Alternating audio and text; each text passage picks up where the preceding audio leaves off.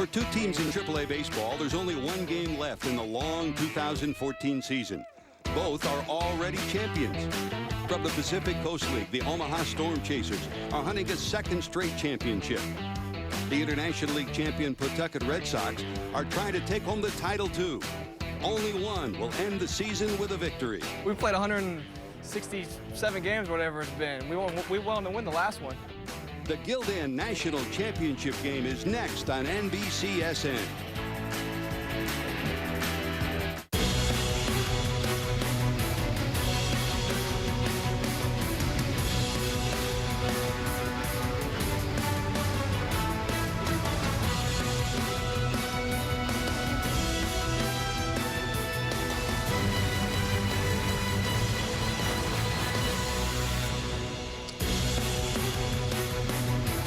Welcome to the Queen City of Charlotte, North Carolina. After 6 long months of baseball, they've come to this beautiful ballpark in this beautiful city to crown a champion from the Pacific Coast League and the International League. And you're going to see it next on the Gildan AAA National Championship game on NBCSN. Hi, hello, and welcome to Charlotte, everyone. Along with Jim Kaat, a winner of 283 games in 25 years of baseball, I'm George Grand. Now, these are two teams that just would not quit all season long. Pawtucket was down to its final strike before finally beating Durham. Omaha, on the other hand, had to go 5 games before they finally beat Reno. And, Kitty, they're geared up for a game tonight. Wow, you talk about two teams that have good vibes, a lot of momentum going into this game because they were so close to elimination. And, of course, the key with all games is the starting pitchers starting the game. Let's look at the comparison of them. Edwin Escobar, 22 years old. They got him in the Jake Peavy trade. He's won 1 game in the playoffs already. I give him a little advantage. He has the ability to get a lot of ground ball outs. This is a very small ballpark. On the other hand, Christian Binford, he has not started a game in AAA yet. He's been out of the bullpen a few times. Big guy, 6'6", great control. But I think the Paw Sox have a bit of an edge there. That's our Odell pitching matchup for this one. And, you know, this has been a special year here in Charlotte, North Carolina. A brand new ballpark, a team that's on the rebound, and a guy who's been here for the last 19 years knows how special it is. Matt Swearad is the 3rd member of our team. And, Matt, what a great year it's been here. It really has, George. It's been wonderful. Almost 700,000 fans coming to the stadium gates at BB&T Ballpark in this first season. Today, they'll watch the national championship game, Pawtucket and Omaha. A couple of players to watch. First for the Pawtucket Red Sox, it is veteran catcher Brian Lavarnway, who's been hurt most of the season, but came back with 4 games left in the regular season. And boy, did he make a difference in the Governor's Cup Championship Series final against the Durham Bulls. He was the MVP, hit almost 500. Now for Omaha, another veteran player stepping up, Brian Bocock, an infielder, a shortstop most of his career, but now sliding over, making a seamless transition to play first base. And in their PCL final series against Reno in Game 4, 2 home runs. He had 2 home runs all of the season before that. So we'll see if they step up tonight or if it is somebody else who steps up to help win a championship here tonight in Charlotte. Thanks, Matt. They're dressed to the nines. We're ready for baseball. Matt will be filling us in from the stadium all night long. Coming up next, it's Pawtucket against Omaha.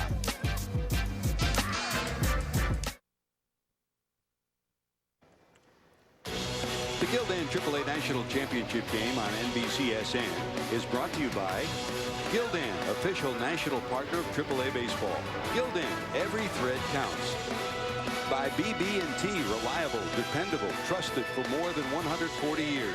Member FDIC. By Belt, the home of modern Southern style. For the brands you love and the styles you want, visit belt.com today. By Jana King. Who cleans your office? For business around the world, Jana King is the most trusted choice. Learn more at janaking.com.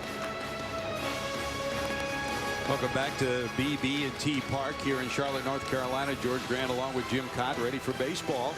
This is a day that people here in Charlotte have been waiting for a long time. And boy, people back in Pawtucket and out in Omaha have been waiting for it too. Let's check our starting lineup, brought to you by Gildan. Every thread counts for the Omaha Storm Chasers. Whit Merrifield has had a brilliant year. Player of the year for this ball club, named by the Kansas City Royals. Paulo Orlando Kitty is the only guy left from last year's championship team that started. Yeah, and he can really go get him in center field. Let's check out the defense for Pawtucket Red Sox, because they have a guy at shortstop that is going to be a major league shortstop from a fielding standpoint. Always a question whether he'll be able to hit up there. But Devin Marrero is their slick fielder out there at short. That defense brought to you by Ticket Return. Smart, simple, reliable ticketing. Ready to go. Here's the young left-hander who came over in the Jake Peavy deal, who's got a lively arm and has really given this team, the Pawtucket Red Sox, a big boost in the closing weeks of the season. Stepping in is Whit Merrifield. Tell us a little bit about Escobar, Kitty. Well, he works both sides of the plate. He's got a lot of minor league experience, almost 600 innings. Talking to pitching coach Rich Silver about him. And you see a live fastball first 2 pitches. He can work in and out, gets a lot of ground balls.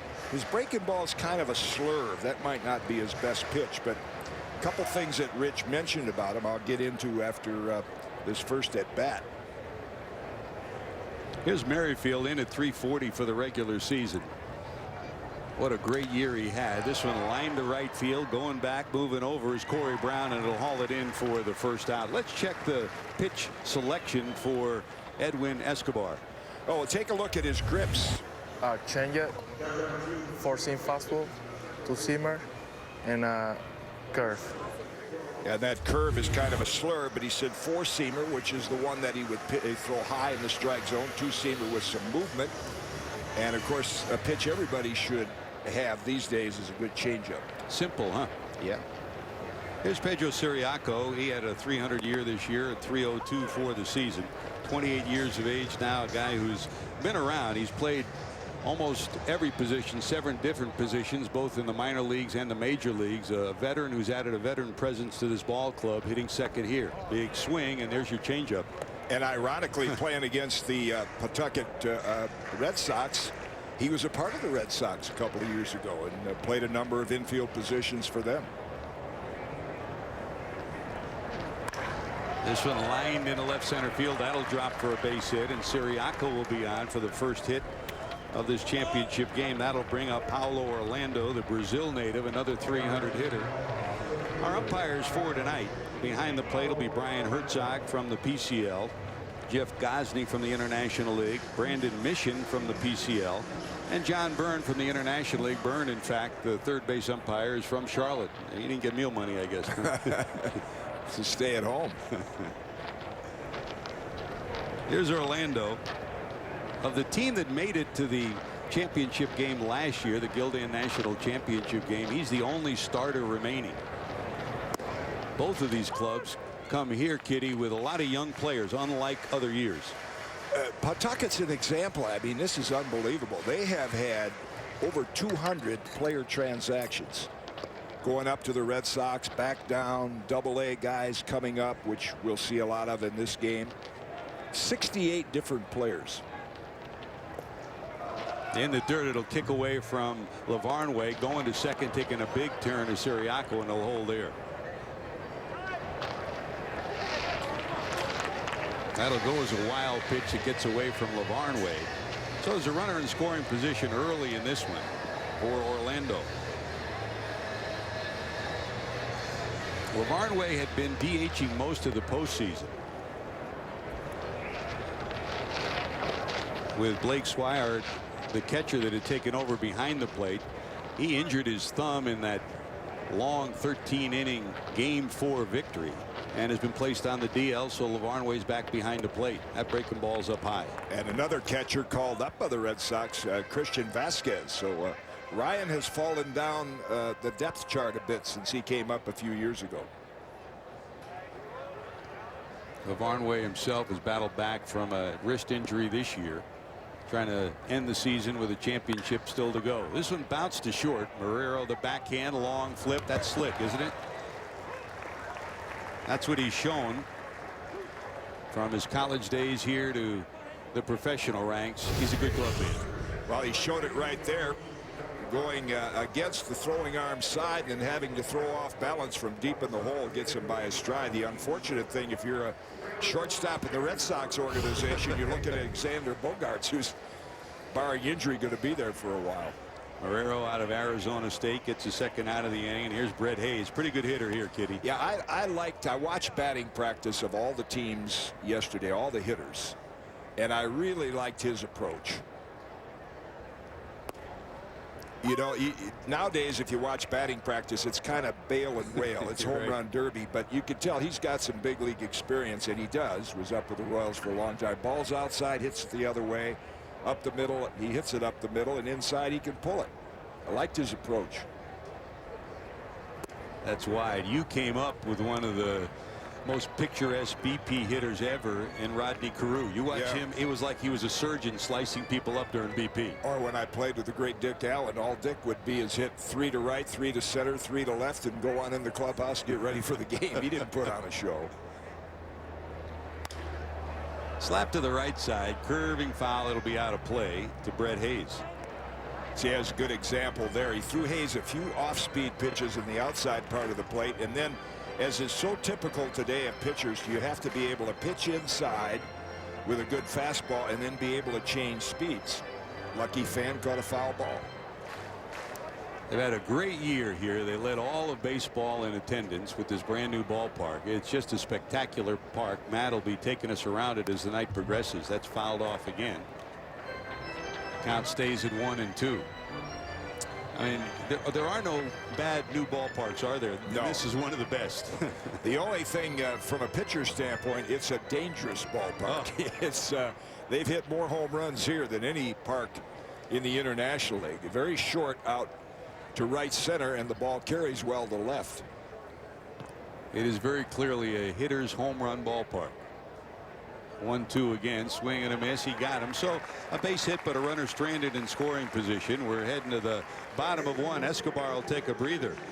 Castillo, the Cuban signee, is up next.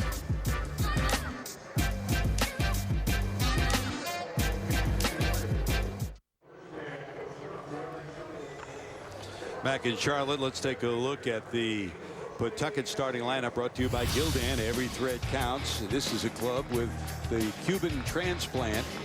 Rusney Castillo signed a $72 million deal. He's on his way, Kitty, to Boston. Well, the Red Sox hope he's a bit like Yasiel Puig for the Dodgers. Let's check, first of all, the ticket return defense with the Storm Chasers in the field. And the guy to watch there is Pablo Orlando. He can track him down in center. Paulo. Castillo rips this one to left center field, going back, looking up at the wall. It's gone. A rocket shot off the bat of Rusney Castillo, and boy, is he giving this club a big lift throughout this postseason, and he gives him a lift on the first pitch he sees. I guess there's a reason for the big contract, Kitty. Well, they talk about his abilities, only 5'9", but he's raw like Puig.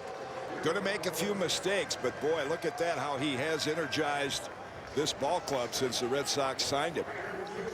5'9", 205, signed that 7-year, $75 million contract, and boy, it's been paying off. They brought him up and put him in the GCL playoffs. He won a championship there, went to Portland, played for the AA Portland Sea Dogs, and now he's playing with the Paw Sox, and he has delivered. It was his base hit that tied the game in the 9th inning of Game 4. And this big swing gives the Paw Sox a lead here, Kitty. Well, they know Binford throws strikes. He'll challenge it. He got that one. Nice first pitch fastball, about letter high. And again, mentioned the size of this ballpark. You get it airborne, it carries to left and it's short and right, so you better be able to get some ground balls. Well, Binford dealing to Ivan De Jesus, a veteran of International League play. De Jesus now 27 years of age.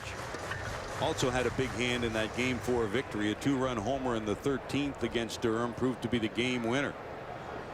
Was a midseason all-star at Norfolk and then came here to help the club. Picks it off his shoe tops, does Cuthbert, and they'll throw him out at first. Let's check Kitty Kaat's keys of the game. Well, we've already seen one of them in action, because the Omaha Storm Chasers, you want to give Orlando a lot of chances out in center field. Keep the ball in the middle of the field. And if you're Binford, hard in, soft away, get him out in front. The Pawtucket Red Sox are going to have to adjust to a lot of different pitchers tonight, because Binford will only be out there for 3. And then that last point, score early, which they just did. When they score first, they win about 80% of the time.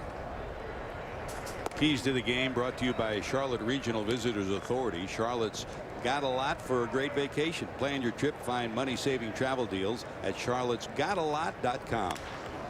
Big swing and a rocket shot into center by Travis Shaw, the fine young first baseman for the Paw Sox. Delivers a hit the way he's done so often in this postseason. Well, I'm sure the Paw Sox have scouted Binford. You know, just a 21-year-old pitcher, first AAA start, and his trademark is his control. About 6-to-1 strikeouts to walk. So they know they're going to get some strikes early, and you're probably going to see him attack early in the count. That's what he's done so far in AAA, so his control has not been quite as good. And here's Ryan Lavarnway. Good power here in at 283 for the regular season. In the dirt. Hayes keeps it in front, and the runner at first holds Travis Shaw. Now, when Ryan came up with the Red Sox, they knew his strength was not a catch and throw type catcher, but they had hoped that he would provide a lot of power. He did a few years ago in the minor leagues, but that power production now has gone down, and that's what they want to see from him. Now 27 years of age, 6'4", 240. Product of Yale, and a young man who has worked harder on his defense than his offense since turning pro. You talk to people in the Red Sox organization, and David Ross, who is a tandem catcher with him in Boston, said nobody worked harder than Lavarnway to get better as a catcher. Ball and a strike from the stretch is the big lanky Binford. Pretty good lead down at first from Shaw.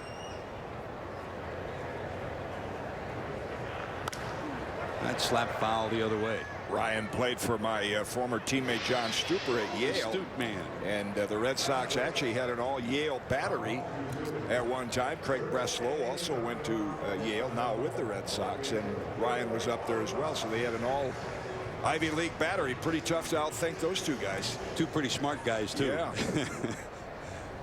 Breslow does so much for the community, not just in a baseball standpoint. He's done tremendous work with his foundation, and Lavarnway also has spent a lot of time in the community. This time a breaking ball gets him. That's strikeout number 1. Let's take a look at Christian Binford's pitches. We got fastball, two-seam, slider, curveball, changeup. And his changeup grip, I was telling you before the game, that was my changeup grip, and I learned it from my friend Dave LaPointe. There I was a 42-year-old veteran. David was a young kid, but I learned my changeup grip from him. And one of the best changeup coaches ever was a member of the Red Sox organization, Johnny Padres. For many years he showed up in Pawtucket. Yeah. Pods was well, what a changeup he had, huh? Off the hands, down to short. They'll scoop to second, and that'll do it. But a leadoff home run. Rusney Castillo delivers big, as he has during the postseason, and the Paw Sox have a 1-0 lead.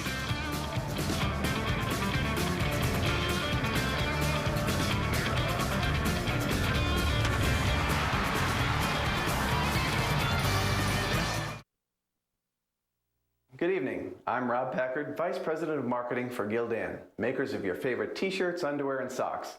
It's an honor to welcome you to the 2014 Gildan AAA Baseball National Championship game here in North Carolina, where Gildan has recently made significant investments in both the growth of our U.S. facilities and the local economy. Whether at the ballpark or just spending time with family and friends, Gildan underwear and activewear are worn by baseball fans everywhere, including me. Good luck to both teams and enjoy the game. Oh, one big swing of the bat from the center fielder, Rusney Castillo from Cuba, and the Red Sox have a 1-0 lead. George Grand, Jim Kaat, Matt Swearad here from Charlotte, BB&T Stadium, and there's Edwin Escobar now staked to a 1-0 lead, ready to go back to work. Very pleasant young man that we had a chance to spend some time with, Kitty, and he's currently one of the top 10 prospects, the number 8 prospect, came over in that Jake Peavy deal. And when you talk to Rich Sever, he said this young man's going to be something special. Yeah, I think the Red Sox organization, I know if Red Sox fans are listening now, you know, they're disappointed in their team, but they have got a ton of live young arms on this ball club right here that came up from Double-A, and a lot of them that were here that are in the big leagues right now. Probably their entire starting rotation is with the Red Sox. It was their rotation early in the year. That's a strike. Here's his pitching coach, Rich Sever, talking about this young left-hander. He'll attack you with fastball. It's a slider, more of a slurve, and then a changeup. But he'll work in and out, up and down, and front to back. He does a very nice job. Very nice job of battling back here after 3-0. He gets a fly ball, and Brett Eibner retired for the first out of the second. And one of the things Rich mentioned yesterday that I was impressed with, he said he could read the bat, and that's kind of a lost skill with pitchers. By reading the bat, I mean, if a guy is late on your fastball and he's fouling down the right field line, as a pitcher, you have to be able to read, well, if I throw him something slower, he's going to be right on time. And Rich said for a young pitcher, he really has a knack for being able to do that. Sever, the pitching coach here, will leave the Red Sox organization at the end of the season. He's done a tremendous job here over the last 7 years.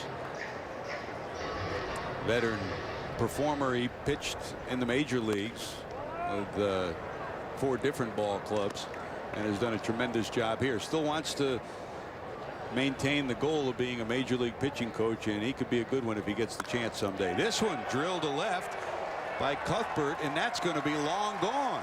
So back-to-back homers from these two teams, and we're knotted up 1-1. Boy, did he drill this one. Chelsea Cuthbert rips a home run straight away left field, and we're tied at 1.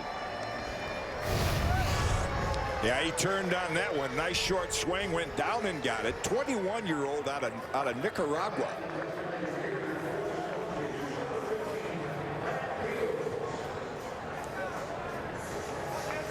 And there's Escobar's reaction. He said, yes, this is a small ballpark. Yeah, they get out in a hurry. So we're tied at 1, and here's Matt Fields hitting 7th in the lineup.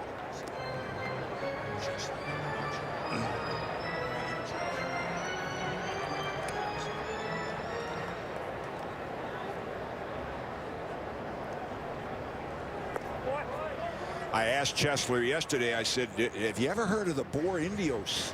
Oh, his eyes lit up. See, I played winter baseball about 55 years ago in Managua, Nicaragua, when they had the Boer Indios, Cinco Estrellas.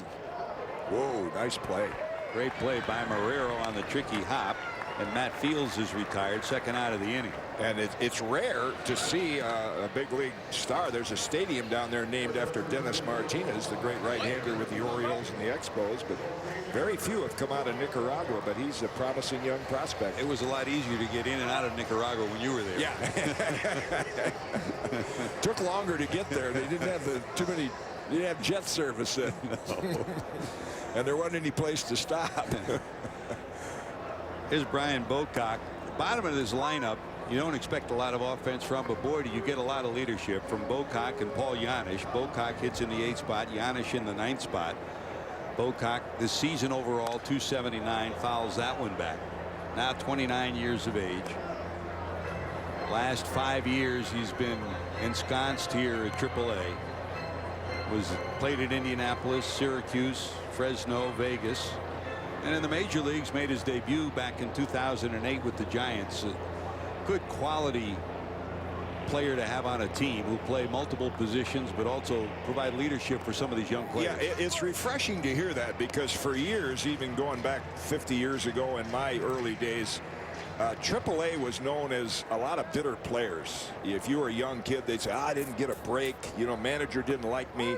So now when you talk to guys like that, it's refreshing to know that they are trying to help young players. 2 strikeouts for Escobar. This is the pitch you'd like to have back, though. Cuthbert's homer ties it at 1.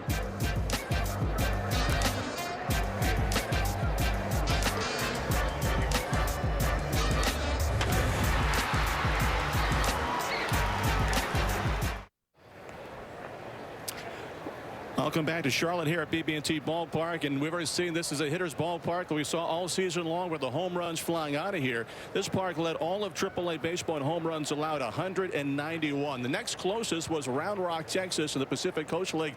BB&T Ballpark had 21 more. You look at Omaha, their ballpark was number 4 in AAA, 164 home runs given up. The Pawtucket Red Sox play at McCoy Stadium.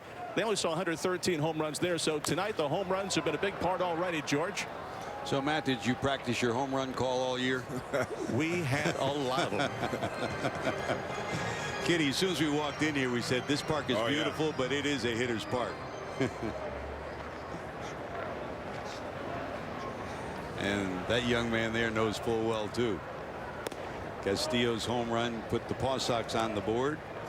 Yeah, you see the scoreboard, and then as it pans over to the right, toward right field, there's no marker out there, kind of like Yankee Stadium. It's about 320. You can break your bat and hit it, because see, it's 315 down the line, and then it comes in. So it's very important to get a lot of ground balls. Your hitter like Cicchini, Garrett Cicchini, you don't see a lot of home runs there, but if he gets one airborne, he'll hit one out. 191 reasons why. Shortstop bobbled, and it'll be an infield hit. I don't think they would have been able to throw him out even if Giannis had been able to make the play. It'll go as an infield hit for Cicchini, a leadoff hit for him. He's got good speed. Well, it's kind of ironic looking at this play, because in about 10 days I'm going to be in New York announcing Derek Jeter's last game, and there's nobody in the game. And I got this confirmed from my friend Don Zimmer, who's seen a lot of them. Derek Jeter has the knack of fielding that on the glove side, making the transfer, seldom misses it. Anytime you try to go at that ball barehanded, it's kind of a 50-50 proposition. Only Omar Vizquel, right? I'd say Omar, but that particular play, if it's hit over in the hole, Omar may make it as well as Derek. Let's see, there's a nice block there by Bocock, keep the throw from going into first base, into right field rather. Here's Corey Brown, the right fielder, who's provided some power. Did they get him? Yes, they did. Wow. Leaning was Cicchini, and you know, we talked to Brian Polberg about Binford. He said he's got a good move and he's got a good athletic ability, and you can really see it with this. You know what's impressive about this? At 6'6", the key to a good pickoff move is footwork. And at 6'6", you don't expect that. But I mean, he pivoted, made that throw accurate with quick feet. Kitty, you won 16 gold gloves. You set the record with 16 gold gloves, and part of your game was your athletic ability, but also holding runners was part of it too. Yeah, I didn't have a good move, but you know, as speed has come into the game now, it's even more and more important. You know, in the 60s there was Louis Aparicio, and that was about it. But nowadays, one of the big changes in the game is speed. So it's very important for a pitcher to be able to hold runners on, and then if you have a good move, that's just an added bonus. 2 balls, 1 strike to Brown. That's up high. And we'll go 3-1. This coaching staff for Omaha, we talked about Rich Severa, the pitching coach for Pawtucket. Larry Carter, the longtime pitching coach here for Omaha, and the manager is Brian Polberg.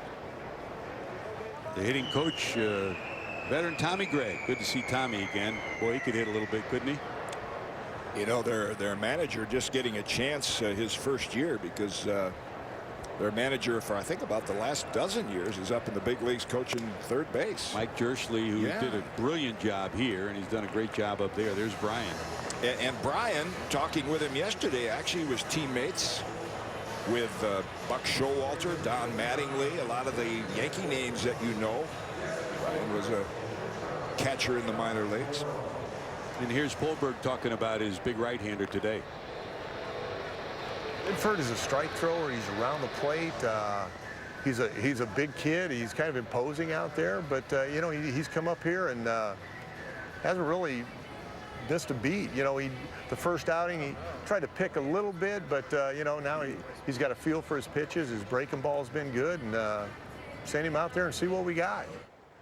Pretty good lead for Brown down at first after Cicchini was already picked off. Good block by Hayes. He's got some skills behind the plate. He was up in the big leagues with the Royals behind you know, a guy that's not going to miss a lot of games. No. So that was Salvi Perez.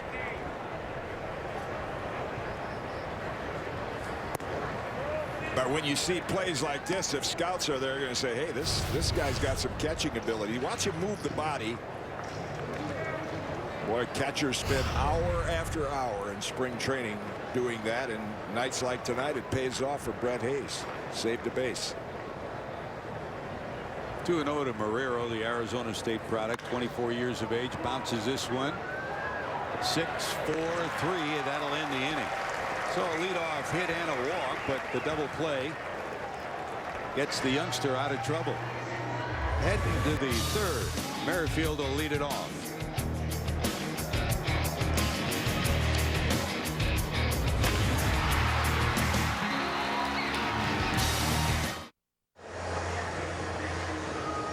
There are the numbers on this one as we go to the third. George Grand, Jim Kaat, Matt Swearad here from Charlotte, BB&T Ballpark, where the AAA National Championship game has come to rest in this beautiful new edifice. And let's go back down to Matt. Matt. George, thanks so much. I'm here with Dan Rakowski, who's the Executive Vice President, COO of the Charlotte Knights. And Dan, this ballpark, BB&T Ballpark, was a long time coming. And now that it's here and you're watching the AAA National Championship game, what a year it's been. Well, it's been a special year for us. You know, we enjoyed almost 700,000 fans coming through the ballpark, and then to top it off at the end of the season with the national championship game. 2 great teams out here in a super crowd. It's been a lot of fun to be a part of this organization. You know, we talked to the players yesterday. We kept saying, what are you going to do tomorrow when this is all done? How about you? What are you going to do? Because it's been a long season, a great season, but a long one. I'm going to take a little break. I'm going to take a day off. But, you know, it's time to get back to it. We've got an event coming here on Saturday, and you know, baseball's year-round now, but we're looking forward to it. It's been a good year. Our staff's earned some time off, and we're just thrilled with the year that we had. Is there something you look back on now that it's the end of the season and say, wow, that was more than I expected? Well, I think overall we exceeded expectations, really, with the attendance, the turnout that the Charlotte community provided here at BB&T Ballpark. We couldn't ask for anything better, and you know, to finish a season like this is great. We look forward again to next year, but it's been a fun ride. It's been fun to be a part of this journey. Dan, thanks so much. Congratulations. Enjoy the game. Thanks so much, Matt. Back upstairs. Thanks, Matt. Fly ball off the bat of Paul Janisch down the right field line. Hauled in by Corey Brown for the first out of the top of the third. That'll bring back Whit Merrifield, who started the game with a line drive to right, up for the second time. You know, Kitty, you came through the minor leagues in this part of the country. You never get a chance to play in Charlotte, but it was everybody's goal to come here. Oh, yeah, wasn't it? With the Washington Senators, I signed with in the late 50s. Charlotte was our Class A affiliate. Push the bunt. Will anybody get there? No. Smart base hit from Merrifield. Yeah, that's well executed. You know, Escobar, if you don't get off the mound right away and you make that first baseman feel it, that's just good, smart heads-up baseball. And we don't see it often enough. I mean, you wouldn't expect to see it in a park like this that is conducive to a lot of home runs, but at a tie game, you're trying to get on base and get that go-ahead run. That's a young man who knows how to play the game. It was his big hit that gave South Carolina the national championship for the Gamecocks, and if you needed a home run, he did it. If you needed a base hit, he did it. And that push bunt down the first base line is one of the things he does very well. I think he was well coached in college. I understand his coach may be here today. Ray Tanner's at the park tonight to celebrate, and in addition to that, talking to Whit Merrifield before the game, he said he requested at least 60, maybe 65 tickets with family and friends coming in. So they got a big charge out of that, I'm sure. 1 out, 1 on. And here's Siriaco, who singled to left, first time up, left stranded in the first inning. And against a left-hander, that's the bunt that works, that push bunt down the first base line. Best bunter you ever faced? Well, I was fortunate in that Louis Aparicio paid me such a compliment later when I got there. He said, you're one pitcher I never bunted on. But the one I played with, Rodney Carew, Rod got so many two-strike bunt hits.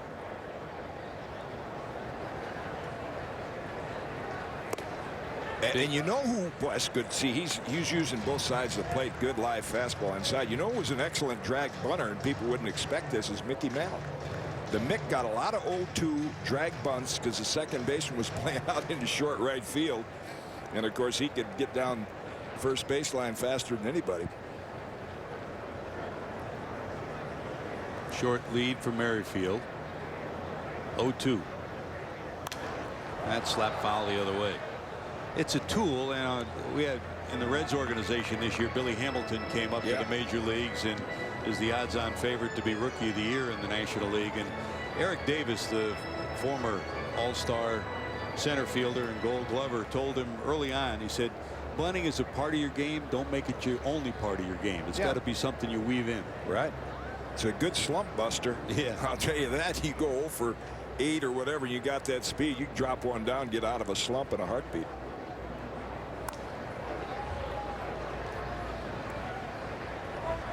Hanging in 0-2 with Orlando on deck. Yeah, that was the breaking ball, and I can tell when Rich talked about his Rich Silver about his breaking ball being more like a slurve. It's his fastball and his changeup that are his best weapons. Red Sox made a bunch of deals, and this one has paid dividends along with Escobar. Jamil Weeks went right to the major league club in Boston, and Escobar stayed in the minors. And the one player we do know that will be called up after this game is over is the center fielder Rusney Castillo. They're going to get a look at him at the major league level pronto. He's already won one championship ring with the GCL team. He's trying to win another here with the Paw Sox. There goes the runner. It's in the dirt. That's a good guess by Merrifield. I mean, if Escobar had chosen to go to first, he had him picked off. But Witt got a really good watch it. He's cheating, and in a breaking ball in the dirt that Ryan Lavarnway had no chance to block or to throw out. So again, a heads-up play dropping down a bunt, and a heads-up play to picking the right pitch to steal. Siriaco did go around, so that's a strikeout for the second out of the inning.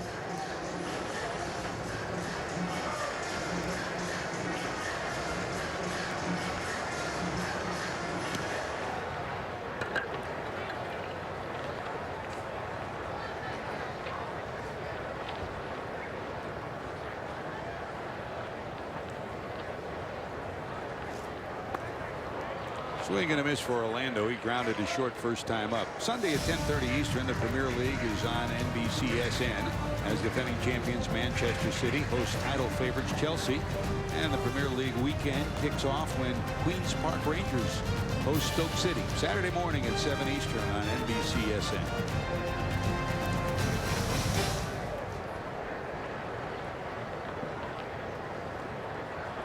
Strike one to Orlando.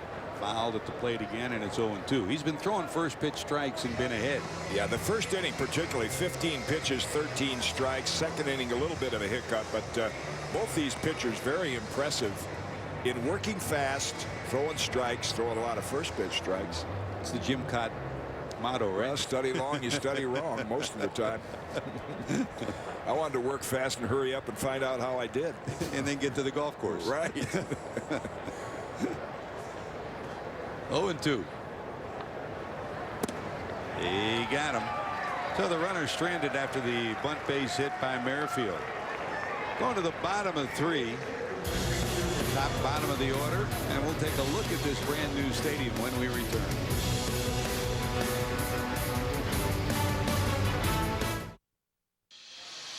Now, they've been playing baseball in Charlotte, professional baseball, since 1892. They never had anything like this before, though. There was Crockett Park, Calvin Griffith Park, Knights Castle. They were called the Hornets, the Knights, but when they moved into this stadium, they went into a whole new world, Kitty. It's pretty special. They put that thing together in a hurry. Oh, Crockett Park, when we were this was a Washington Farm Club, we actually played an exhibition game on our way north in that ballpark right there. I thought I saw you right there. Yeah. I think I gave up a long one in that park. I didn't miss many.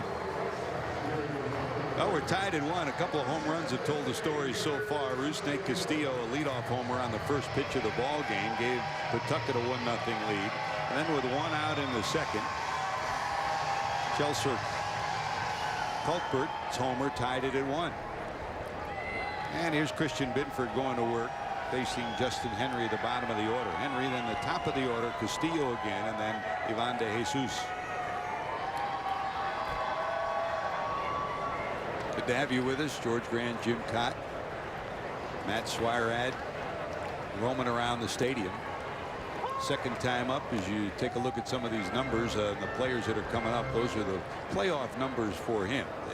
This is a team that is, you mentioned all the changes this year, but so many of them came in the month of August. The Paw Sox had 68 different transactions during the month of August, and their whole starting rotation is now in Boston. It's a credit to organizations. Even looking out there at Binford, you'd think, well, we lost a lot of our players, and yet they come up from Double-A and Class A with very talented players.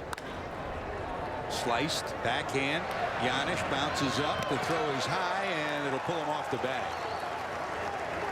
Great play by Giannis, but the throw pulled the first baseman Bocock up off the bag. Yeah, they were shading him up the middle. He slides. You could see just for an instant he had a little difficulty getting a grip on it, and it was that instant right there that caused him to throw the ball high and not get the runner.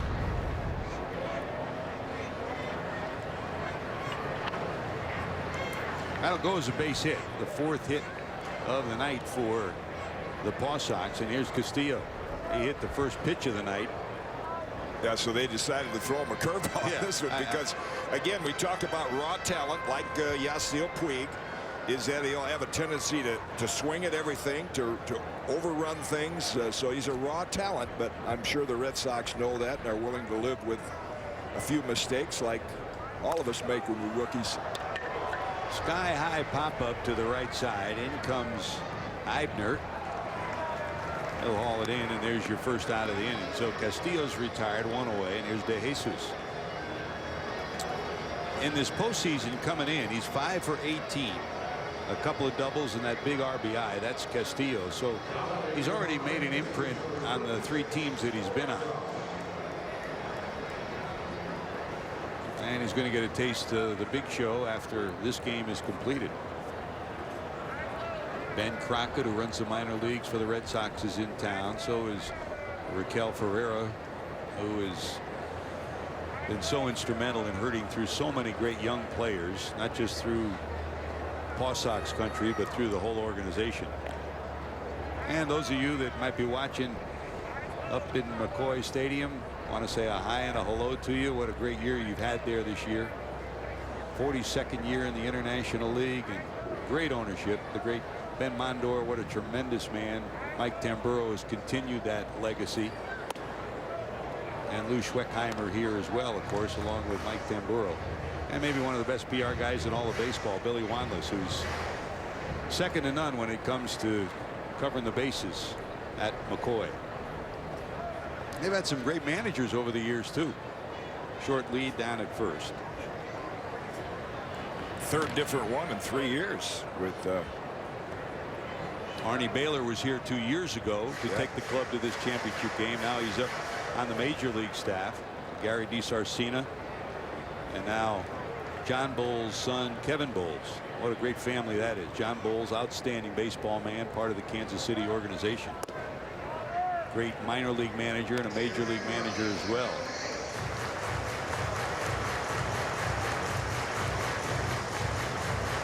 And some other names like Darrell Johnson and Joe Morgan from years past. Some great guys, huh? Great history. 2 balls, no strikes. Off the glove into center field. That'll go as a base hit. Stumbling over the bag at second is Henry, or else he would have been on his way to third. So a base hit. Yeah, and Binford, I think, got a bad break. I don't think he was trying to stop that ball, but if it doesn't hit him, it might be a double play ball. But it hit off his leg and then caromed toward center field.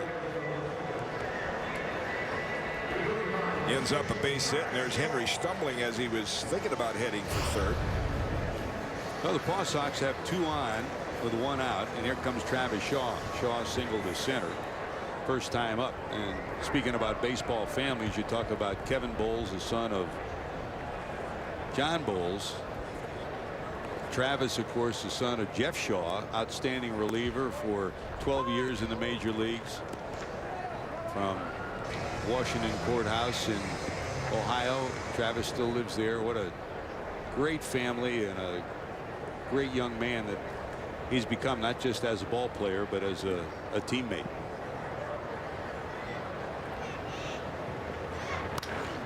High in the air to left field. This one will stay in the park. Under it, Merrifield. He'll haul it in. The runners will hold. Yeah, I'm sure pitchers hold their breath every time a ball gets airborne out toward left, because it does carry well out there. When you're talking about all the history, this is the first time that a Royals farm team has met with a Red Sox farm team, and yet, as you see the catch out left field, great history. When you go back to the early days of the Royals, Jack McKeon managed George Brett, and of course Hall of Famer Jim Wright played for the Paw Sox. And he managed you too. He managed me. There's KB. Kevin, 14 years as a minor league manager. Spent 3 years in Portland, now up here his first year at Pawtucket. Here's Ryan Lavarnway, who struck out first time up.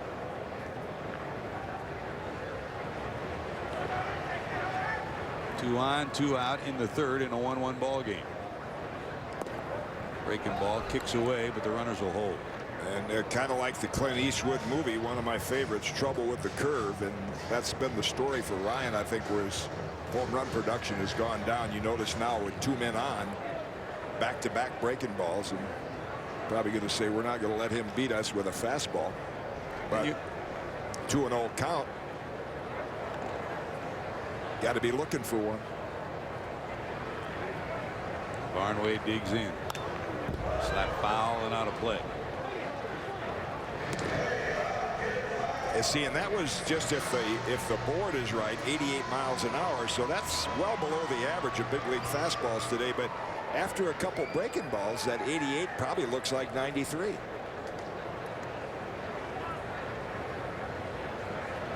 Two balls, one strike for the 27-year-old catcher.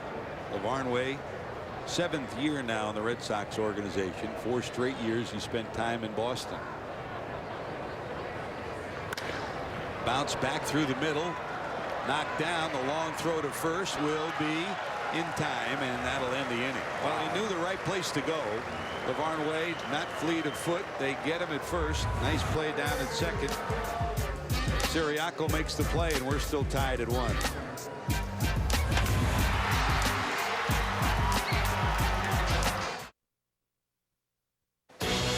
The Gildan AAA National Championship game on NBCSN is brought to you by Gildan, official national partner of AAA baseball.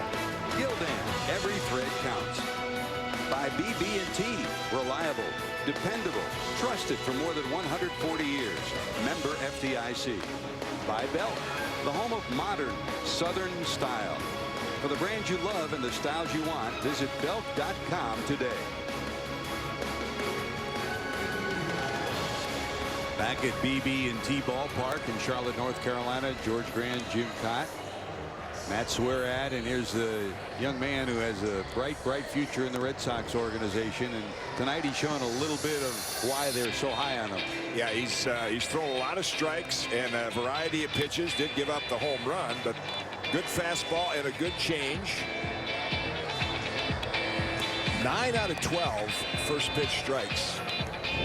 And out of 44 pitches, 75% on in the strike zone. And you know, from being in Cincinnati, I had the privilege of coaching young Tommy Browning, who never hit 90 on a radar gun. And I said, Brownie, the only stat that's that I'll ever keep is first pitch strikes, because if you get strike 1, you'll get 80% of them out, and nobody did it better than he did.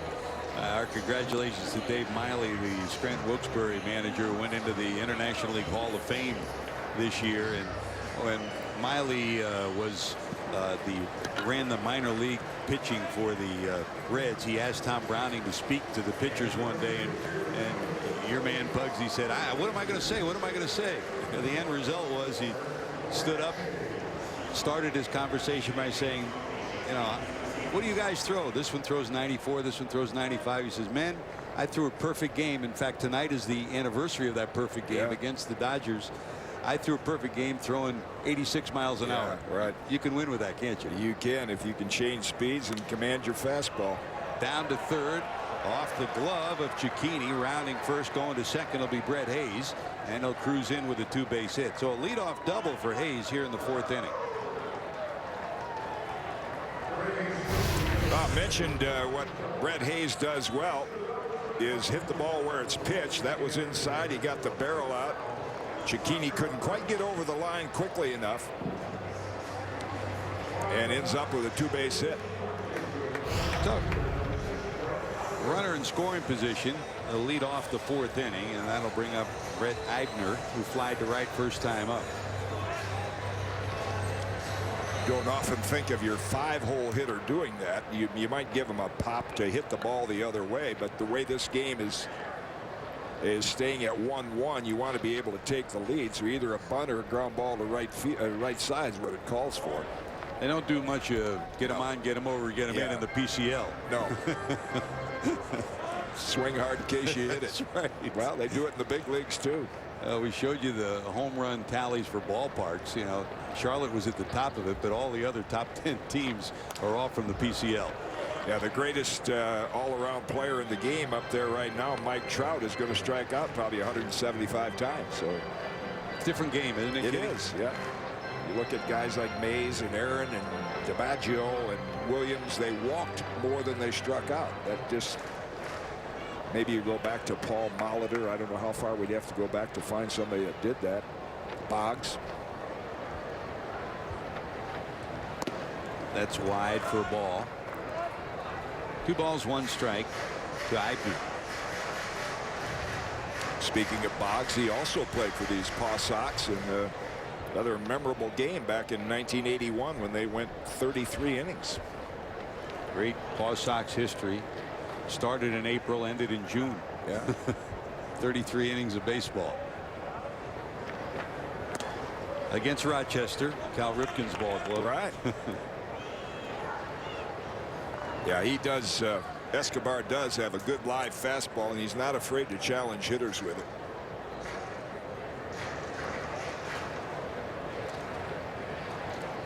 Two balls, 2 strikes. Bert Severt told us he'll come right at you, and that's exactly what he's done tonight. Short lead down at second. This one skied to right. Going back, looking up is Corey Brown. Against the wall, he'll haul it in. That'll be good enough to advance the runner to third. So a runner at third with 1 out. We'll see if the Red Sox bring the infield in with 1 away and a 1-1 ball game.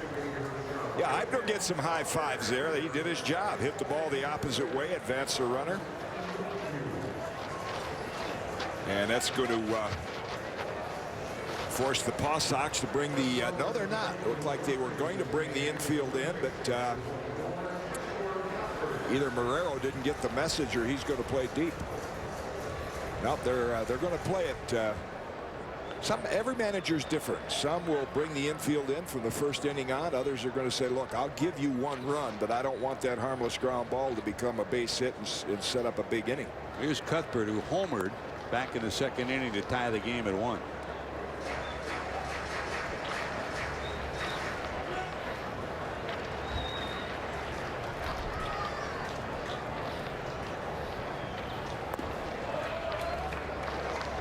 That misses down low, 2-0.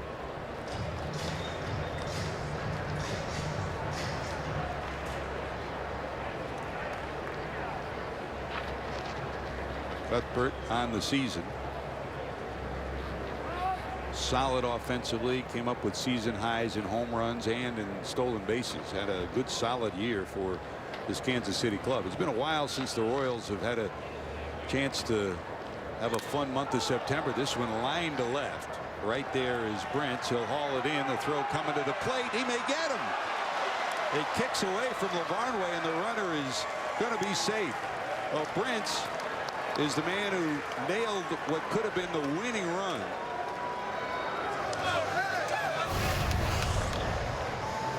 And here's that strong throw. And Lavarnway tries to scoop it and make the tag. Had he been able to hold it, I think they had it. Maybe not. It'd have been close, but you know what a great throw he made to get the Paw Sox here to this championship game. I didn't think he had a chance to get him when the ball left the bat, but the run scores and it's a 2-1 lead. Well, that was a great highlight with extra inning game, and if the run scores, the Paw Sox season is over. And he threw a strike. And Matt Fields will line one into left for a base hit. So a double, a fly ball to the wall, a sacrifice fly, and a base hit. And here in the fourth, Escobar trailing 2-1. Well, we talked about the throw that got the Paw Sox to the championship game. And get another look at it. Brent comes up throwing. Watch Swire, the catcher, take the short hop and apply the tag, and that nailed what would have been the winning run. And the Paw Sox came back after that to win the game on a De Jesus home run. One of the subtle things that happened so quickly in that picture was the on-deck hitter was not telling the runner to slide to the inside. And if he did, and he slides to the inside, so I mean, I'm sure in the big league level that play would have been reviewed, but he made a great swipe tag and just got him on the backside before he touched the plate. That was in the 10th inning.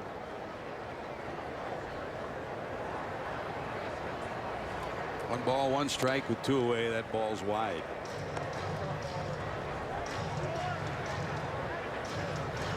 I don't know if they that wouldn't be any percentage in hitting it right. I say when Escobar falls behind in the count, always a good time to start the runner. You know, when you played, Kitty, I mean, it was a sin not to be entrenched at home plate telling your runner whether to slide left or right or stay up or stay down. Lost art these days, huh? Well, I think what's happened is players get rushed up so quickly that they don't stay down long enough to really work on those kinds of things. Losing a little bit of his command right now. This will be a key at bat for him. Yeah, used to, if you made your mistakes, you made them in the minor leagues, and by the time you got to the big leagues or even to AAA, you pretty much had to be, you know the fundamentals and know where to throw, back up a base, throw to the right base, little things like that. And Rich Silver going out to the mound, we talked about his great percentage of throwing strikes, and now in this inning it's gotten away from him a little bit. They went from 44 to 60 pitches in this inning here in the fourth inning. A little bit of a breather. Trying to buckle down with two away, needing an out to get out of the inning. And here comes Paul Janisch, the shortstop. Now, last game, Kevin Bowles knows the story. So does Brian Polberg. All hands on deck. Everybody in the bullpen's available.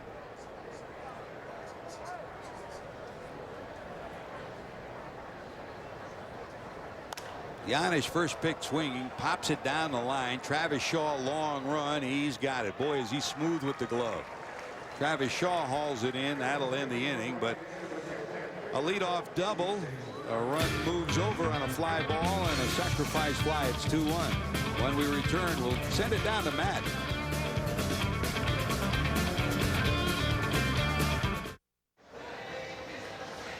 Welcome back. Bottom of the fourth inning. AAA National Championship game here in Charlotte. Omaha right now on top of the Pawtucket Red Sox by a score of 2-1. I'm joined now by Brian Polberg, the manager of Omaha. And, you know, Brian, it's a great story for you because you grew up in Omaha. You make your home there. You played for the Omaha Royals during your days as a player. And now you're managing for your first year in AAA, and you win a championship. What's it been like? Well, it's been great. I've been able to enjoy it with my family. You know, get to go home and sleep in your own bed every night on a home game, and couldn't ask for anything better, you know, to end up the way it did. trying to win this game back-to-back years now, and young pitcher out there, 21 years old, doing a good job for you. Did a great job. We wanted to give him a chance, go out and get it started. Now we're going to turn it over to the bullpen here, who's done a great job for us all year. Good luck. Thank you. Back upstairs. Thanks, Matt. Great to see Brian get a chance here at this level to show what he can do as a AAA manager, veteran manager in the minor leagues, and the guy's been a major league coach for a few years too in Kansas City. I tell you, you really appreciate when you get a chance to do a game like this and meet minor league people of all levels, owners, general managers, staff people, and then people like Brian Polberg, Kevin Bowles. Without these kind of people, big leaguers don't happen. They don't just drop out of the sky. You know, you have to have some help along the way and some good coaching and training and counseling.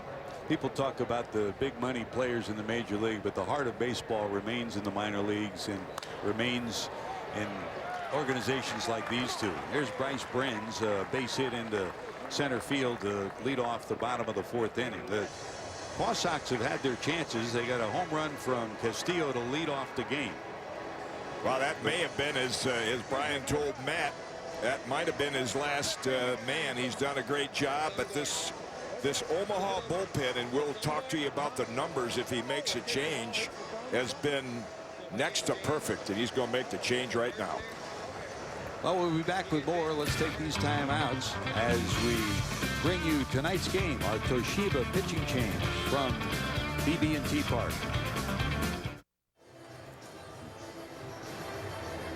And we'll be in Charlotte for America's Game of the Week as the Steelers take on the Panthers on Sunday Night Football. Your buddy Bob Costas and Dan Patrick will host Football Night in America. Coverage begins at 7 Eastern, 4 Pacific, only on NBC. Football is back, but tonight baseball is king here in the Queen City as Charlotte hosts the Gildan AAA National Championship game, and one of 4 lefties, Buddy Bauman, takes over. Kitty.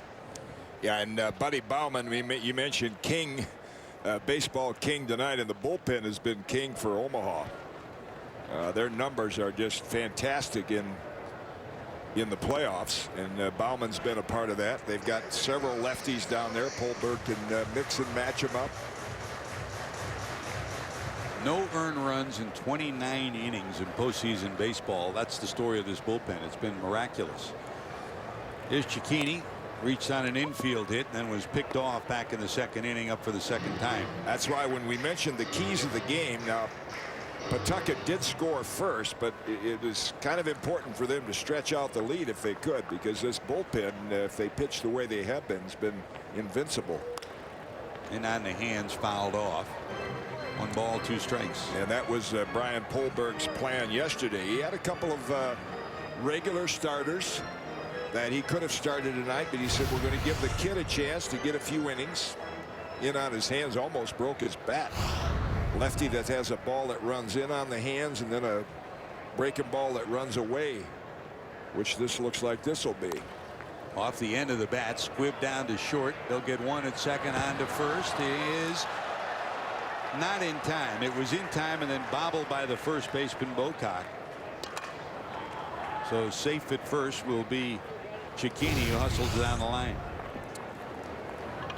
Quick shovel toss, and Siriaco can't quite get enough on the throw to get it over there on the fly. Bocock tried to dig it out, did for a moment, and then couldn't control it. So some speed down at first for the Paw Sox. Cicchini's stolen 11, been caught only once this year. A smart base runner, obviously never having played against this Omaha team. Not really aware of the move, whether it's good or bad for this left-hander. Yeah, that's the advantage of having a left-hand pitcher out there, and he hasn't seen his move yet. That was just kind of a token show me move. That isn't his best one, I'm sure.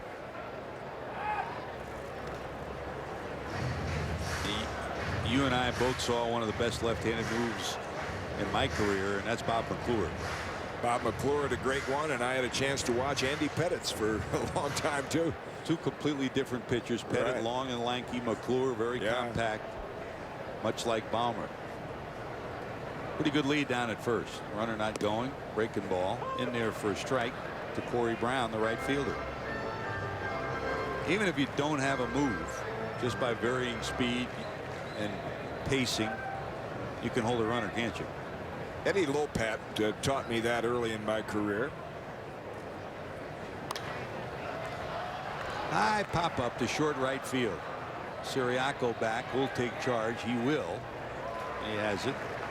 And what Eddie Lopat taught me about is you vary your times. I mean, sometimes you come for a second or a second and a half, then sometimes you wait 5. And I've talked to base runners over the years, and they said that's the one weapon a pitcher can use, because if they can figure out a way to time you, if you just come 1-2 go 1-2 go, eventually they're going to time it, take off, and steal second base. You were a tremendous athlete with 16 gold gloves, but you didn't have a great move to first. Right. You're so big and tall. My object was to try to hold him close, deliver the ball to the catcher in less than 2 seconds, and give him a chance to throw him out. Now, Cicchini's been heading back to the bag the last 2 deliveries. You almost, if you're Cicchini, you almost have to guess. If you're going to go, you just say, hey, as soon as he picks his foot up, I'm going to go. And if it goes to first base, you put the heat on Bocock to make an accurate throw to second. You see, he's got him going back to first base every time. Yeah. It's first move or nothing here. Marrero bounced into a double play to end the second inning.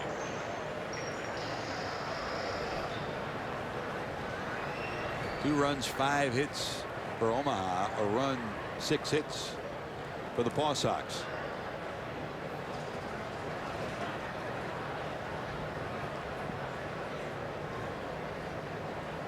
Bauman to the stretch. He'll toss over there again. Yeah, it's a perfect time to go because the count's 0-2. So if you get thrown out, you give Marrero, a right-hand hitter, a fresh count if they leave the lefty out there. And you might say OT's probably going to try to throw a breaking ball, so that also is a good reason to go. Heading back to first again. 1-2. He might as well take a softball lead as he's got him going back every pitch. That's such a great weapon for a left-hand pitcher.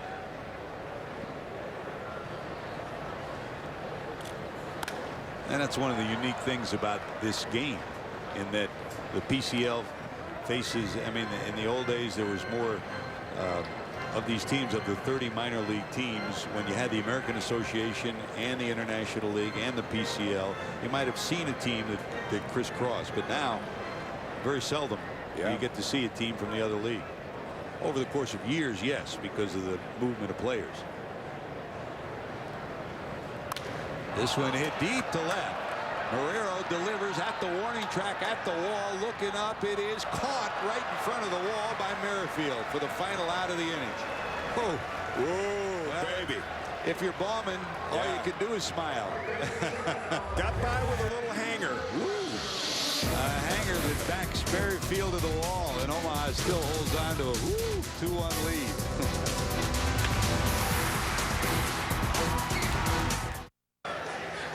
Now it's the top of the 5th inning. AAA National Championship game presented by Gildan here in Charlotte. And right now Omaha has a 2-1 lead on the Pawtucket Red Sox. The Paw Sox, the home team in this game from the International League, joined by manager Kevin Bowles. And you got here, Kevin, with an unbelievable 5-game series win against the Durham Bulls in Game 4. If it was a major league game, that's an instant classic. You guys tying it with 2 outs the 9th inning. Rusney Castillo. Bryce Brents throws out a player at the plate in the 10th. It was amazing. Yeah, and then Von DeJesus ended up hitting the 2-run home run to left. So a lot of things had to go our way that game, and we were 1 pitch away from having our season end. But the guys keep fighting. They've been doing that all year, and we're excited to be here today. You played here before you came to Charlotte and swept the Charlotte Knights in 4 games, and one of your 3 home runs was Devin Marrero. Getting a little body English out there at third, trying to get that last one out of here. Yeah, he scraped the wall a little bit there, but no, he took a real good pass at the ball. And again, when this ballpark, you never know, because their dimensions are a little bit shorter. Ball seems to carry, and the field plays a little bit fast. So generally, it's an offensive ballpark. Finally, your pitcher, Edwin Escobar. How's he doing right now? He's doing well. You know, we're seeing an uptick in velocity here. Like the feel for his slider, and he's got a feel for the changeup right now. But this lineup, you know, being righty stacked, it's gonna test him a little bit. So if he can get the fastball command and work off that, sure he'll be fine. Kevin, thanks so much. Good luck. Great, thank you. George. Thanks, Matt. You saw Edwin look around. The reason why there was a big crack of thunder. And Escobar looked around as if, what's going on here? There are radar sightings that show that there are some storms in and around the downtown Charlotte area. So we're keeping our eye on the skies, and so is Edwin. Great to see Kevin Bowles get a chance at the AAA level too. A solid baseball man, a guy who, and you talk to his players, you talk to each and every one individually and as a collective group. He's made, just as Brian Polberg has done, he's made this whole run fun. It's nerve-wracking if you're a manager to go through these playoff series, but if you can keep it fun and keep it enjoyable, then these guys have a good experience. And I sensed that around the batting cage yesterday. I mean, both these teams, it's not that they're not working hard, as he checks off another out on his scorecard there in the dugout. It's not that they're not working hard, but they, you know, they needle each other. They have a lot of fun, and hey, it's a game. You should be. You should do it, even though you're doing it for a living. You like Willie Stargell, the late great Willie Stargell said years ago, the umpire doesn't say work ball, he says play ball. Amen. That's a line drive to right center field by Siriaco. That will be cut off by the center fielder. Here comes the throw to second, not in time. Castillo did a good job of cutting it off at the speed of Siriaco. Boy, he jetted out of the batter's box. His first 3 steps make the difference in a one-out double for Omaha. Yeah, now let's see Castillo, how he goes after this ball. See right there, he's playing it to the glove side of him, and if he gets over there in a little bit quicker, a step quicker, and that's what you're going to have to do in the big league level. Get over there and circle the ball and come up throwing towards second base, and those are just the little subtle things that are the difference in minor league ball and the big league ball. They're going to take advantage of that all the time, as Siriaco did there. Is Paolo Orlando, a swing and a miss. And the Paw Sox and the Red Sox as an organization have had 2 outstanding defensive center fielders here in Pawtucket this year, Jackie Bradley and Mookie Betts. Neither one of them have hit at the major league level. That's the difference, and that's the opportunity that Castillo will get. But both of them are exceptional defensively. Orlando slaps it foul the other way. Well, you've got a great instructor there, and a guy that happens to be a good friend, Dewey Evans, with the Red Sox, and terrific defensive outfielder. He'll work with a guy like Castillo and say, look, this is what you do. You get over there, you get behind the ball, and he had enough time to do it, come up charging towards second base, and you might have a shot at getting that guy. But that's when you talk about a player that has raw talent that just needs to be refined a little bit. 0-2 to Orlando in the dirt. Castillo does not speak English. He defected from Cuba, went to Haiti, and that's where he signed with the Red Sox. That 7-year deal. He does have an interpreter that goes along with him, and the hope is that he'll continue to improve on his English to make that transition a little bit easier at the major league level. Well, the hits are now even at 6. Runner in scoring position.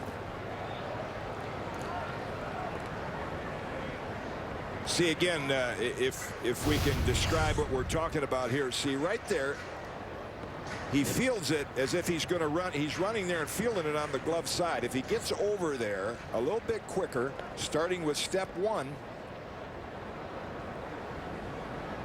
he may have been able to get his body in back of it.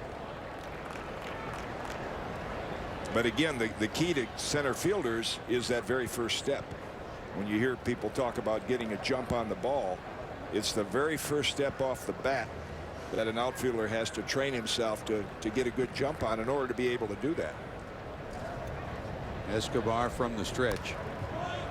You played against Al Kaline, of course. You mentioned Dewey Evans. There have been some brilliant right fielders in the game. Dewey Evans, maybe one of the best ever. Oh, yeah.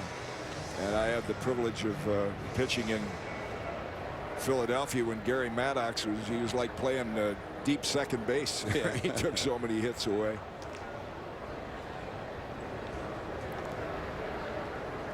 Full count, 3-2. Down and in. That's ball 4. A one-out walk, runners at first and second, and here comes Brett Hayes, who struck out first time up and doubled down the third base line. For the Storm Chasers tonight, the first 4 batters 4 for 10 with 2 doubles and the top of the order. Merrifield 1 for 3, Siriaco 2 for 3, Orlando a walk, and Brett Hayes 1 for 2, and Hayes comes to the plate.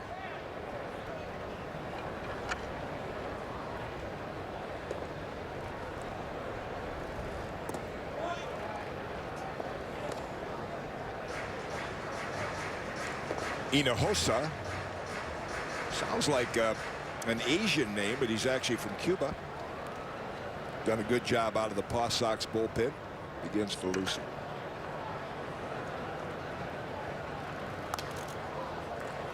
He's been solid all year for this Paw Sox club out of the pen, and that's what you're looking at to piece it together from here on out. Hinojosa. Embry is the closer if they get to that point. Jose Valdez, Noe Ramirez, and Miguel Celestino, the other right-handers in the bullpen. Fouled at the plate, 1 and 2.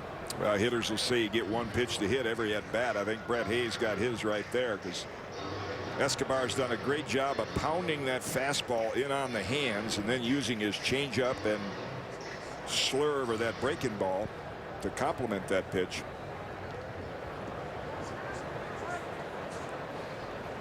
.22-year-old from the stretch. Ripped but foul down the third base line.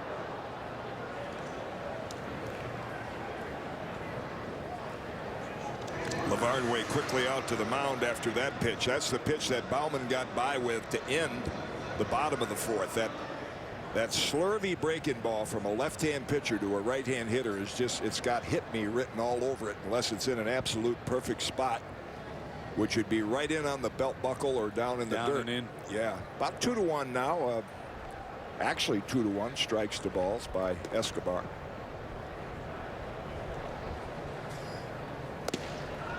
A little giddy up on that, still left, huh? That's what Lavarnway, I think, ran to the mound about. That's been his go-to pitch. Pounds that fastball inside. It's the style of pitching today. Hard in, soft away. You pound that fastball in, and then you take something off away. And even Hall of Fame hitters will tell you you cannot protect both sides of the plate. You can fight one of them off, but you can't attack both sides. Pick your poison. 6 strikeouts for Escobar. Here's Eibner, flied to right twice. Runners going. Got a chance at him at third, but it will not be in time. Both runners advance on the stolen base.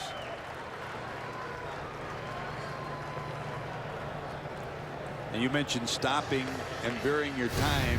As a left-hander with a runner on second, that's even more critical. Yeah, you don't. You lose sight of them, and they really got a good jump on that. Looks like Siriaco took that tag in the face, side of the head, but he appears to be okay. So 2 in scoring position for Eibner now.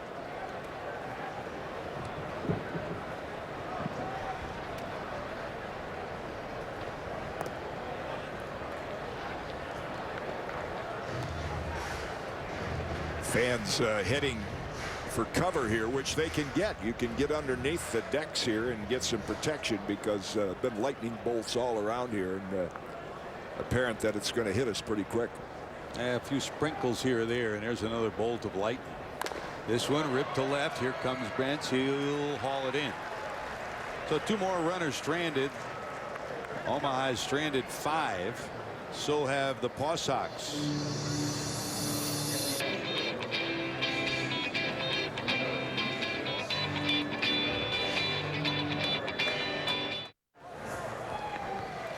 Back at BB&T Ballpark in Charlotte, North Carolina. The bad news is the rain is coming. The good news is the umpiring crew has gotten them to put the tarp out before it starts coming. And Kitty, from looking at the radar, it's going to come down pretty hard. Yeah, it looks like it. I saw some pictures earlier today of Rain southeast of here, and of course it's that time of the year, September in the southeast. It's at storm season.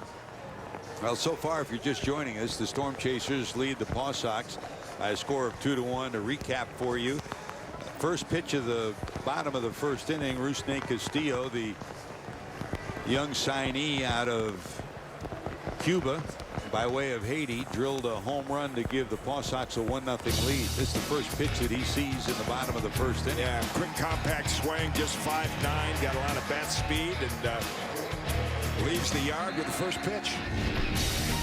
Well, we're 1-0 till we go to the second, and then Chesler Cuthbert hammers a home run to tie it at 1-1. And then in the fourth inning, after a leadoff double by Brett Hayes and a fly ball by Eibner sends him to third, a sacrifice fly by Cuthbert, and it's 2-1. The lead belongs to the Storm Chasers, and we're in a rain delay here at the fourth inning at the end of 4. And so far, really, as advertised, Kitty, Christian Binford showed life on his fastball. He attacked the hitters. Running out of gas a little bit, and his secondary pitches have cost him. Yeah, but I think he gave Omaha exactly what they looked for. You know, 21-year-old kid, first start in AAA. I don't think their expectations could be too high, but after that home run, sometimes that relaxes you. You know, you get a lot of tension, start a game, and the guy hits the first one out of the ballpark, and that kind of, believe it or not, relaxes you a little bit. But I thought he did what they expected him to do. And, you know, Omaha, their big offense had been Cuthbert. Home run, sacrifice fly. So it's kind of what we've expected. On the other side, Christian Binford, the 21-year-old out of Florida, the number 8 prospect for the Royals. Similar story. Gave up 6 hits in 3+ innings, but showed some life on his fastball. Yeah, and, you know, control has been his trademark. Kind of a funny story, a cute story. His dad, as a little leaguer, would catch him, and he had to hit the glove. He got points, and if he got X amount of points, he got ice cream. And James Shield, the veteran from the Royals in spring training, after Binford had thrown a lot of strikes, he got a fake trophy with a big bowl of cookie dough ice cream on top for him. So that's kind of drawn a lot of his attention, is his control. Here it's Storm Chasers leading the Red Sox 2-1. More to talk about. We are in a rain delay at BB&T Ballpark in Charlotte, North Carolina. George Grand with Jim Kaat. We'll be back with more after this. Welcome back to BB&T Ballpark in Charlotte, North Carolina. George Grand, Jim Kaat.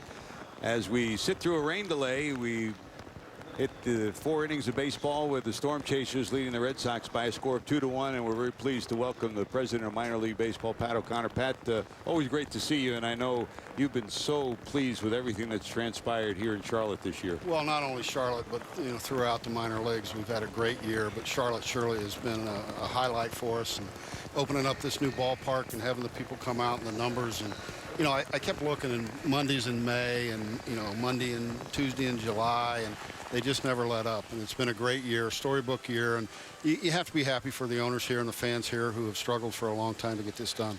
Yeah, any numbers, Pat, over, say, the last 10 years of new facilities that have come into minor league baseball? You know, major renovations, I mean, total renovations or new ballparks since the mid-90s. We're at about 130 plus of the 160. Wow.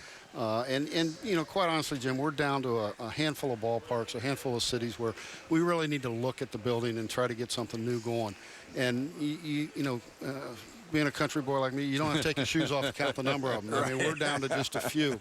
And I'm pleased to report that in those cities that we've not yet accomplished that goal, work's underway. Yeah. We're going to open up 2 new ballparks next year, Nashville and Biloxi.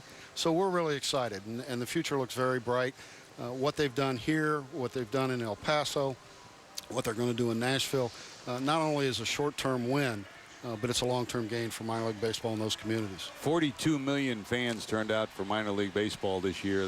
That's an amazing figure. Well, you know what's amazing about it most, George, is it's the 3rd highest all time. Number 1 was 2008. Number 2 was 2007. We all know what happened in the winter of 2008-9, a major recession. So we feel like we've battled back. And one of the things I was most proud of all of our guys, we didn't panic. we didn't have to readjust our price points because we've always been affordable family entertainment. But we've battled back. We value added. We cared with our. We took care of our fans. We took care of our sponsors, and the numbers speak for themselves. We're you know, are we back? We're not back yet, but we're very happy with where we're at, and I think all the credit in the world goes to the owners, the executives, and most of all the fans. You know, my former teammate, the late great Don Mincher, the Mule. Oh, what a great guy! And I thought about dabbling in a minor league franchise years ago when you could afford to buy one. but anyway, Mule said, you know him well. He's president of the Southern Association, I believe, and also part owner of the Huntsville Stars. He said, you have to get a good stadium deal, excuse me, concessions, and signage. But now the thing that's added, which is so prevalent all around the country, is merchandise. Well, you know, we have 4 revenue sources. It's 30%, 30%, 30%, and 10%. And 10% is merchandise, but it's 10% of a big number. Yeah. And it really has. And our guys, our clubs, and our men and women who work in this business have been so creative with logos, so creative with mascots, and it's just grown in leaps and bounds. And it just solidifies that community connection. This is the Charlotte Knights. This is not Chicago White Sox AAA club. Yeah. The Chicago White Sox do send players here, but this is Charlotte's ball club. And you replicate that in 159 other cities, as you both well know. And it really has. The business has changed. Values are astronomical by an old-timer's perspective. But the thing that I'm proud of is, as high as those numbers may seem, the P&Ls support them. And there's not a trophy premium that's out of reach. You're not grossly overpaying for these ball clubs. And there are 2 or 3 things that are key. And God bless Don Mincher, and God rest his soul, he was one of my favorites. Oh, he's great. And he knew how to run a ball club at the grassroots level. But there are some things, and your stadium lease and your relationship in your community is extremely critical, as is your PDC and your relationship with your major league affiliate. It just makes life a lot easier when there's peace and harmony in those 2 areas. You know, Pat, 30 years ago, we were in Louisville, Kentucky. A. Ray Smith had the AAA World Series. Dave Rosenfield brought his Tidewater club in. Portland was there. Denver was there. There have been many changes in the concept of this game, and Gildan has stepped up to bring this AAA championship game to another level. It really has, you know, and I'll be real honest with you. When they came out with the one-game concept, I was not all that sold on it. But having experienced it firsthand and been as close as I can, the players come with great intensity. They want to win this game. And it allows for us to culminate a great season with a one-game winner-take-all. The players who are worthy are going to be in the big leagues tomorrow. And the people can, you know, there's finality to it. And I think a one-game winner-take-all at this setting has fit very, very well. Yeah. And it's you know, it's decisive. There is momentum coming out of the league championships, and it's worked very, very well. You know, Whit Merrifield told George in his interview, we played 167. We don't want to lose the last one. So, you know, there is a lot of importance on that last game. Now, this one's on television, obviously. Is that another step for minor league baseball? There's no question. You know, I was on national radio earlier, national television now. You know, we have always known what a great story we had. And we are now able to share that story. George has been a big proponent of ours, and you have too, Jim, to help tell our story. But now we are worthy of the platforms that we're operating on. Our presence is justified, and now the country is able to see what, you know, has really been limited to 160 communities, and we're very proud of that. And we appreciate our partners stepping up, the Gildans, the NBC Sports, you know, our national sponsors for stepping up and allowing us to take this to the next level and really, you know, educate the rest of the country on what a lot of people have known for a long time. Pat, always great visiting with you, and hopefully we'll be playing baseball soon. We are in a rain delay here at BB&T Ballpark. Fortunately, they got the tarp on before that started coming down, and we'll head to standby programming and keep you up to date on what's happening. We'll be back to play baseball a little bit later with the Omaha Storm Chasers leading the Pawtucket Red Sox 2-1.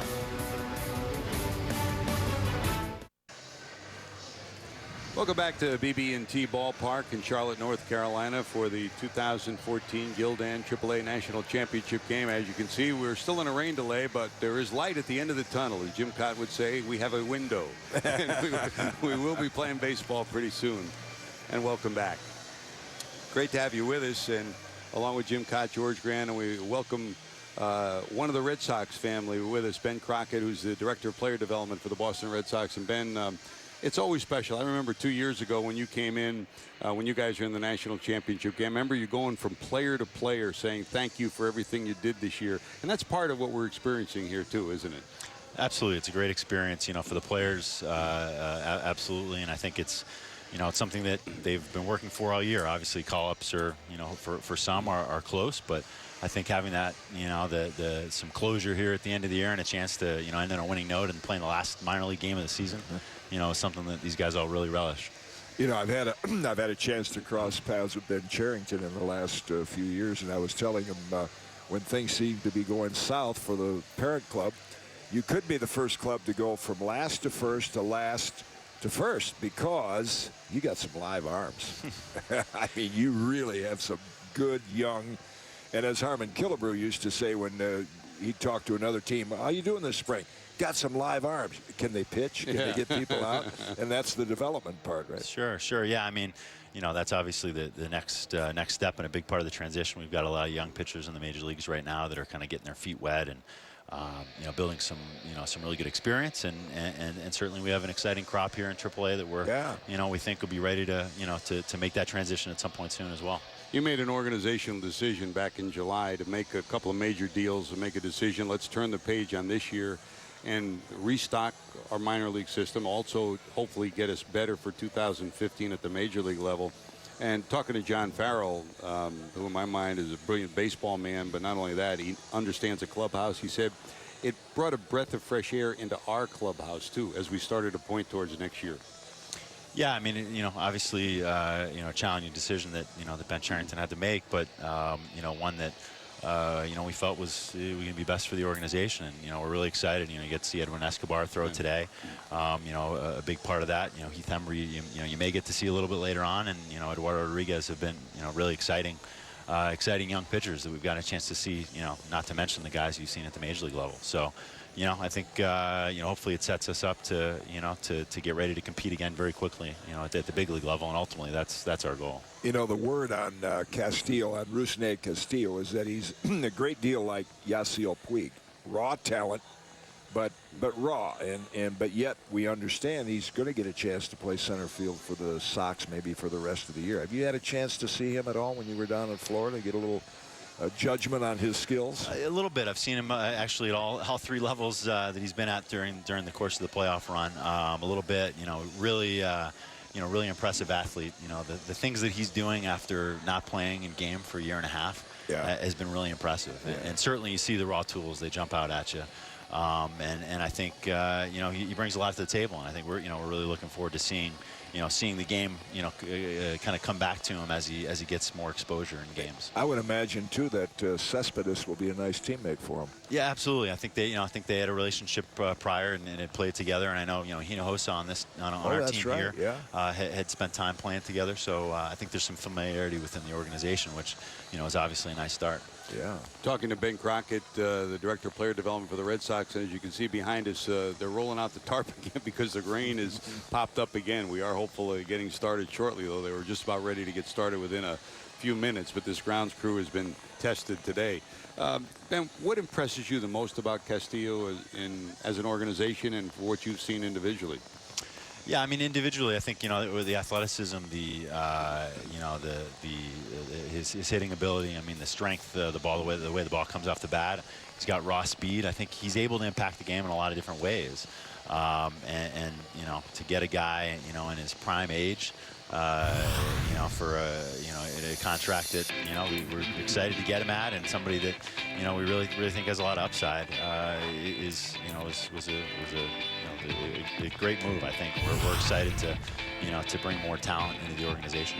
I think what's so impressive these days, we talked about it yesterday visiting with the managers, is I know back in my day, which is going back a long time, AAA players oftentimes could be bitter. You know, hey, the manager didn't like me, I didn't get a break. So you didn't want to bring your young players into that atmosphere. But now we find that the veteran players are good influence. They help the young players. And so now all of a sudden we're seeing this young talent. Many transactions that you guys have made, you know, calling guys up to the big leagues, and yet you keep flooding the AAA team with talent coming out of the bottom of your organization. Yeah, I mean, we've been lucky in a lot of ways with that. I mean, I think the veteran group that our scouting department brought in here from the outside, the minor league free agents have done a great job, both on the field as well as in the clubhouse, kind of leading some of that, the young players that have come up internally. But it's been a really good group, and we've been, we were lucky enough to have some pretty solid performance in Portland, and those guys ended up making the playoffs. But a good chunk of their first half of the team is now here in Pawtucket, right. And as some of the Paw Sox are in Boston. But yeah. we've been in a good place, to be able to compete at that level and have some young players that were ready to step in and ready to rise to that challenge later in the year. You've had such a unique situation, first with Ben Mondor, now with Mike Tamburo, and with Lou, and also at Portland with Charlie Eschbach over the years. Close teams in proximity to your Major League Ball club, but also great relationships between those teams and the Red Sox. Yeah, absolutely. I think, as an organization, we feel really lucky to have the relationships we have with all of our affiliates. Certainly the local ones, the Paw Sox, led by Mike, are a tremendous resource for us. I mean, the proximity, the way they treat our players, the way they treat our staff, really brings that family environment, family atmosphere, and helps, the players feel cared for there. And I think that, is a really important thing for them to be able to maximize, what they're doing on the field. Looks like Rushney is going to go up to the big club. Anybody else? You've taken just about everybody that you had planned to. I know originally 68 different moves for the Paw Sox in the month of August. Yeah, we wouldn't anticipate having a few more call-ups as well. We'll have to wait till after we're through here before we make those announcements. Ben, congratulations on a great year, and in terms of your organization, bringing up some young talent. Best of luck to you and everybody in Boston. Thanks so much. That's Ben Crockett, the Director of Player Development for the Red Sox. When we return, more to talk about as we await the restart of tonight's ball game, the 2014 Gildan AAA National Championship game from Charlotte. Now still hanging in a rain delay here at BB&T Ballpark in Charlotte, North Carolina. The Omaha Storm Chasers with a 2-1 lead over the Pawtucket Red Sox as we were prepared to go to the bottom of inning number 5. The scoring, if you're just joining us, occurred in the bottom of the first inning. Rusney Castillo, the young man we were just talking about, the Cuban signee, hit a home run to give the Paw Sox a 1-0 lead. The first pitch that he sees in the bottom of the first, and this is what Ben Crockett was talking about. Yeah, the bat speed, the explosiveness, and then, as Ben mentioned, the fact that he really hasn't played a lot of baseball in a year and a half. So that's amazing talent.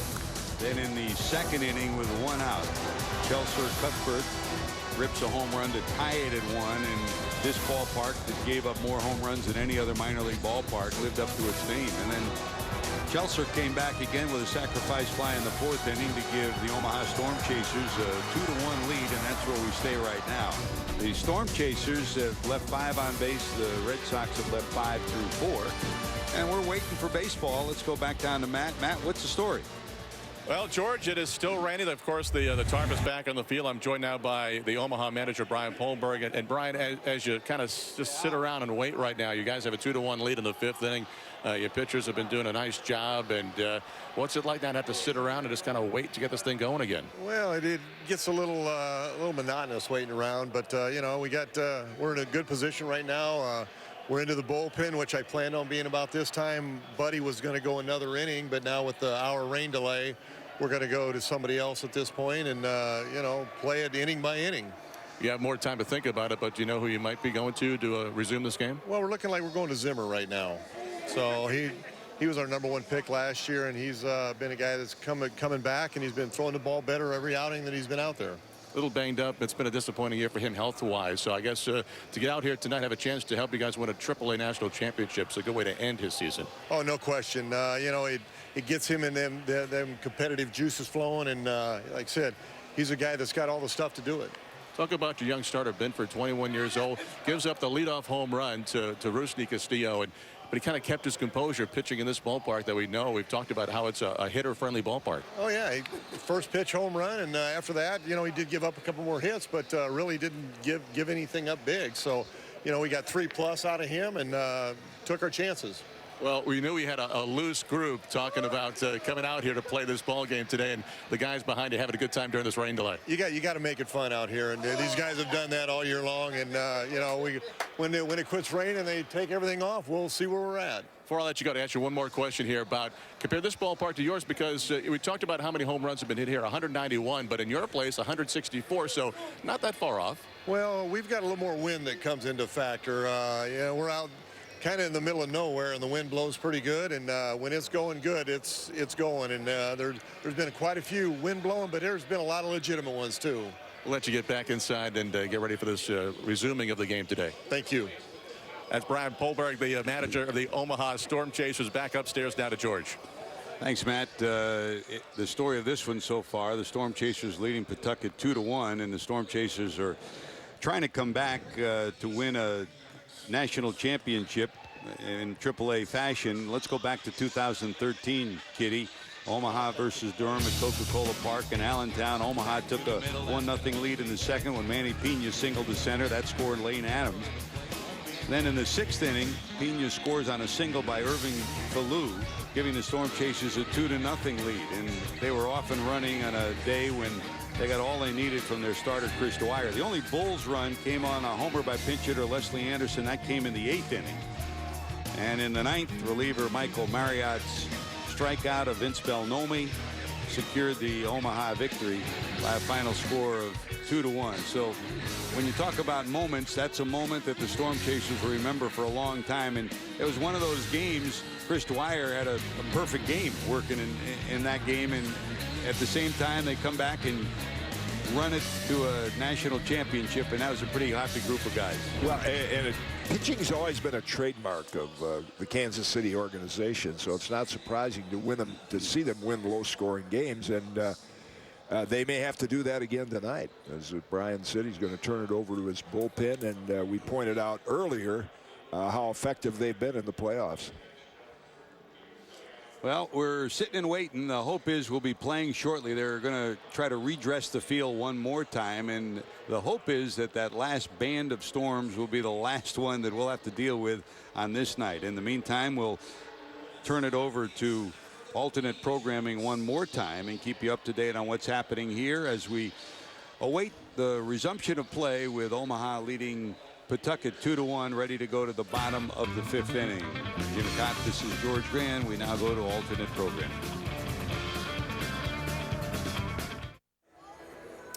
Welcome back, everybody. Looks like the rain is going to finally let up after our second rain delay. Omaha on top of Pawtucket in the 5th inning, 2-1. The game about to resume again now, and we're joined by Kevin Bowles, the manager of the Pawtucket Red Sox. Before you got to get out there and coach third base, talk about this delay and how it might affect the club. Oh, we got to be ready. This is part of it. You know, this is just the way what things happen, and you know, got to give credit to this grounds crew. I mean, last day of the season here, and these guys are battling to get this game in. So really appreciate the hard work that they're putting in. Finally, Escobar was going to come back, but now he's not. Yeah, he's shut down. So we're going to go to Hinojosa after this, and hopefully he can give us some quality innings. Kevin, good luck. Hey, thank you.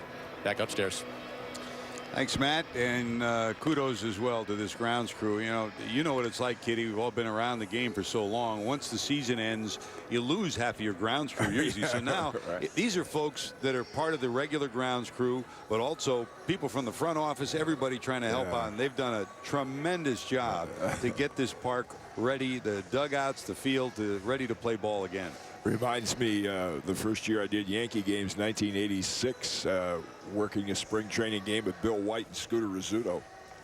And George Steinbrenner was squeegeeing off the field out in Fort Lauderdale, helping out the ground crew just to make sure they could get the game in. But they've got the diamond dust in the mound and around home plate. Looks like most of the moisture is gone. And the way they design these fields these days, they drain so well with the kind of turf, and so that looks like if the rains pass now, we'll be back to normal baseball. And the Storm Chasers have gone to Kyle Zimmer a little bit earlier than they normally would. Here's a guy I think that the Royals thought would be in the big leagues by now, but got set back a little.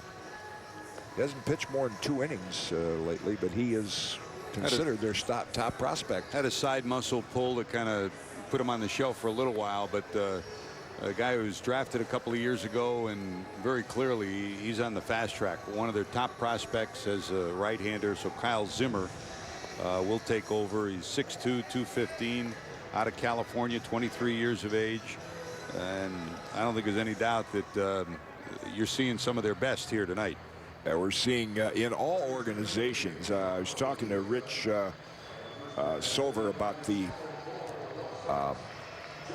fastballs in the major leagues yesterday, and it's gone up in the last 5 years 3 miles an hour. It used to be 90 to 91. Now it's 93 to 94, and it's guys like Zimmer that are bringing that up. So we're finally ready to get rolling again after a rain delay that started at 8:42, and right about 24 after the hour of 10 Eastern time, we're ready to play ball again. Zimmer's ready to go to work to the number 9 hitter, Justin Henry. Joined us late. The Paw Sox scored first on Bruce Nate Castillo's home run, 1-0.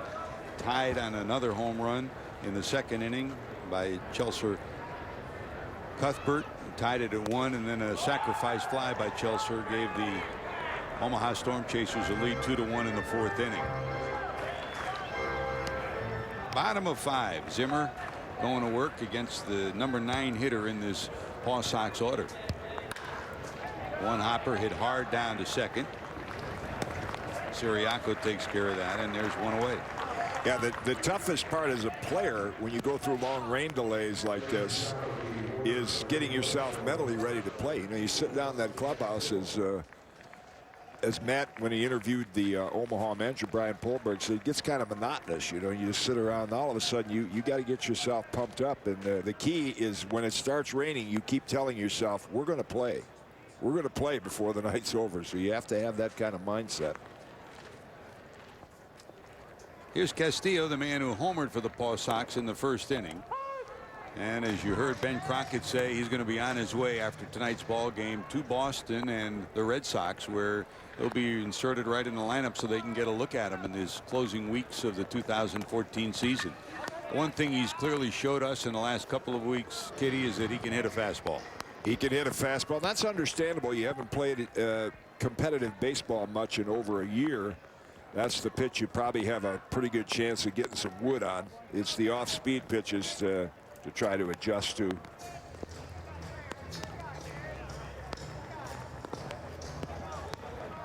Signed a 7-year deal with the Red Sox, coming from Cuba via Haiti. Once he got to Haiti, signed the deal, and will be a member of the Red Sox beginning tomorrow. Yeah, he's got some bat speed, and we mentioned to Ben Crockett talking to him about I think being on the same team with Cespedes, Jonas Cespedes, that they know each other from Cuba. That's got to be helpful for him. Waves at that, a swing and a miss, and that's 2 away. So he's 1 for 3. The homer, a fly ball to right, and that's strikeout. First strikeout for Zimmer. Another look. Yeah, and again, he just this is one of those Linda Ronstadt fastballs, blew by you. You know, no chance to catch up with that. And if Zimmer is healthy again, like we're seeing, I mean, he might well be able to close this game out if he doesn't have any long innings. Here's Ivan De Jesus, bounced to third and single to center.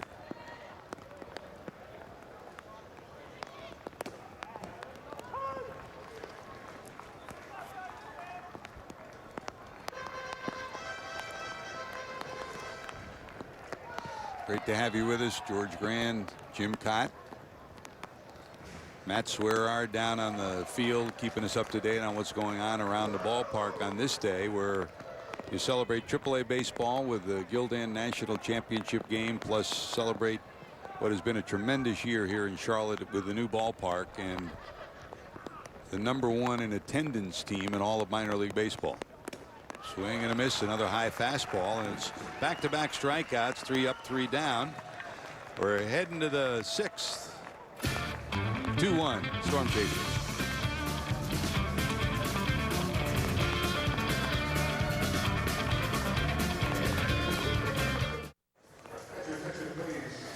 Storm Chasers lead the Red Sox 2-1 as we head to the 6th inning here. And a reminder for you, Wednesday night rivalry is back with a doubleheader on NBCSN when the defending Stanley Cup champion Kings take on the Sharks.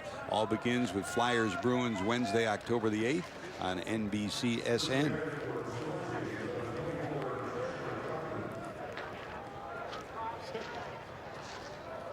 Here we go to the top of 6. Intermittent showers still sprinkling down, and here's Cheslor Cuthbert again. Homer first time up, sacrifice flies second time up. He's up for the 3rd time here in the 6th inning. He's been the offense. Home run, sacrifice fly. New pitcher he has to face now. Dalyer Hinojosa, Cuban native. And another live arm coming out of that bullpen. And he's been the solid link to this bullpen all season long. We talked about Pawtucket losing all 6 of their starters who were on this club during the course of the year. The bullpen has been solid with this guy anchoring it. He's been there most of the year and been able to give them and Rich Sever, the pitching coach, a solid base to work from. Yeah, and the only blemish when you saw his pitching line, or the only number that's you'd like to see a pitcher improve on, is the base on balls. But look at the innings to hits ratio is terrific. 28 years of age out of Cuba. And you mentioned Cespedes at the major league roster, but if you look at what the Red Sox have done, they're providing a little bit of a comfort zone for these Cuban players too. If you get more than 1, 2, or 3, it makes life a lot easier to make the transition. 2 balls, 2 strikes. Broken bat, looper to second. Gloved by De Jesus, and there's 1 away. Let's go down to Matt. Hey guys, Matt Field's coming up now for Omaha. Kind of an interesting story. He spent 6 years in the Tampa Bay Rays organization, but never progressed beyond Double-A. Actually retired. He was working as a baggage handler at Seattle-Tacoma Airport. Wanted to get back in the game, fought his way through Indy ball, was signed by Kansas City, and here tonight playing for a AAA national championship. Great way to end the year. You know, somewhat a similar story to Paul Janisch, who is playing shortstop for this Omaha Storm Chasers team. There's a fly ball to center. Castillo has it 2 away. Yeah, that's a nice story, Matt. I mean, it gives you an idea how guys just, they don't want to give up playing this game till they've absolutely exhausted everything they can to try to get to the big leagues. There's Brian Bocock, struck out looking and walked in his 2 plate appearances, facing Hinojosa for the first time.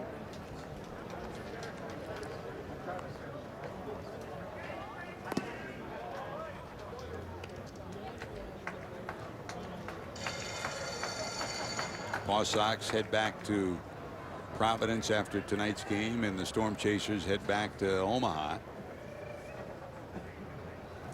That's a rocket shot down the left field line, but foul. And a lot of them, particularly on Pawtucket's team, hoping that they go to Boston instead of home.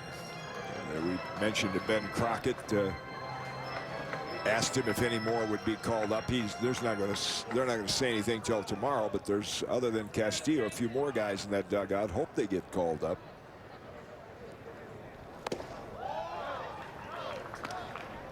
Missing under the hands, 2 balls and a strike.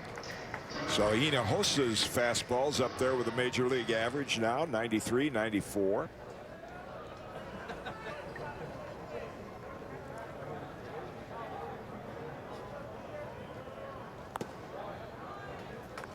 I mean, you played with and against Sandy Koufax, Nolan Ryan, down the list, Terry Forster, guys who could bring it 100 or more.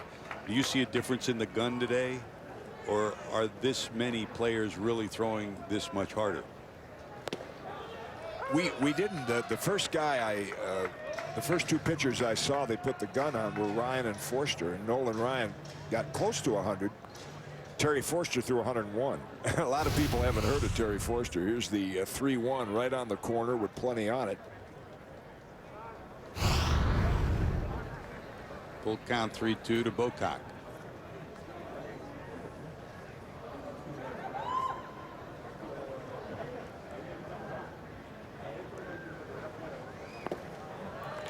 Breaking ball misses, and there's a walk. Well, 2-out walk, and that'll bring up the veteran Paul Janisch.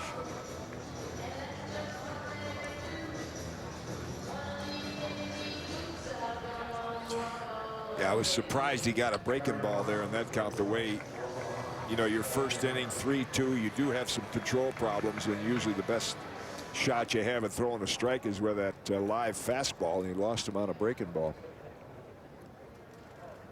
Pop out to short right, and a bloop down the first baseline that Travis Shaw made a great play on to rob him of a hit back in the 4th inning.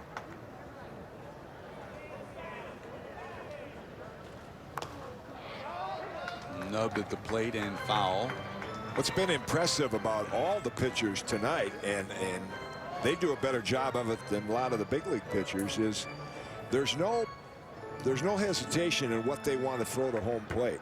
They all work rather quickly. They throw the pitch with conviction. They know what they want to do, and here it comes. There's no walking around the mound and indecision. And again, we're seeing one of the things that Hinojosa is going to have to improve on to be a big league pitcher is throw more strikes and not get into hitters counts, because in the big league level, I don't care how hard you throw, you get into these hitters counts and come in with a fastball, they're probably going to barrel it up. You can just go back 2 years ago when the Paw Sox were in the championship game in Durham, and for the most part in most recent years when they made the postseason, you looked at their pitching rotation and their bullpen, and you had 2 or 3 sprinkled in at 31, 32 years of age. But this is a group. I mean, Hinojosa is 28 years of age, and Valdez is 31. Everybody else is 21, 22, 23. It's a different looking Paw Sox club, both on the field and on the mound, than you've seen at this time of year. Fouled at the plate. Count full, 3-2. Well, we didn't think we'd see him, Eduardo Rodriguez, but Red Sox fans might want to write that name down. The report on this guy is in another few years, he's projected to be a solid member of that Red Sox rotation. 3-2, 2 outs. Runner will be off and going. That's hit high in the air to center field. It'll stay in the park. Castillo under it. He'll squeeze it. That'll do it. And to the bottom of 6. Travis Shaw leads it off. It's still a 2-1 lead for Omaha.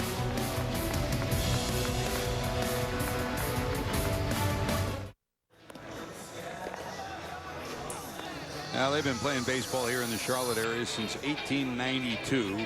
The old ballparks have transformed into the new ones. Dr. Archie Graham reviewing the past and some of his memories. And of course, it was the Hornets. It was Crockett Park. It was Calvin Griffith Park. It was Knights Castle. And then some guys that you remember here, kid. Yeah, that last shot I happen to recognize Harmon Killebrew in the back row. But there on the far right is Ralph Rowe, whose daughter lives here in Charlotte, put together a reunion of these Hornets. Longtime manager and coach in the minor leagues for the Twins. Next to him is Rod Carew. And then next to Rod is the guy we call the godfather of the Cuban players, Manny Mendoza. All part of the Washington Senators / Minnesota Twins organization. And now a brand new ballpark that the city of Charlotte can be proud of, BB&T Ballpark, that led all of minor league baseball in attendance this year. Here's Travis Shaw, single to center and fly to left. Takes that one wide and away.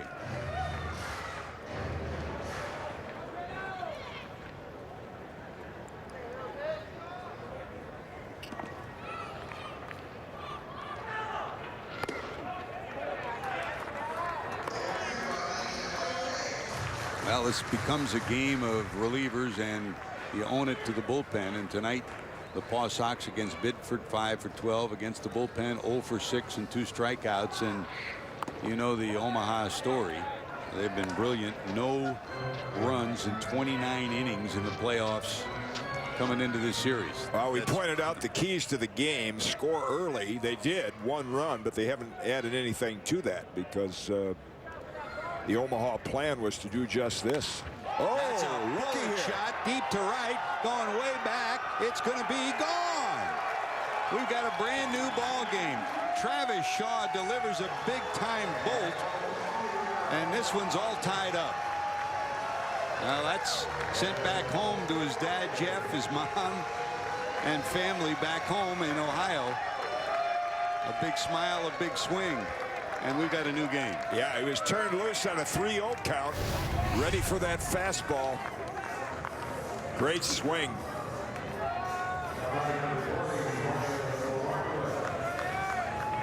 A brand new ball game here, tied 2-2. Bottom of inning number 6. And here's Ryan Lavarnway, the catcher. Tardy on a fastball for strike 1. Lavarnway struck out and bounced out 0 for 2.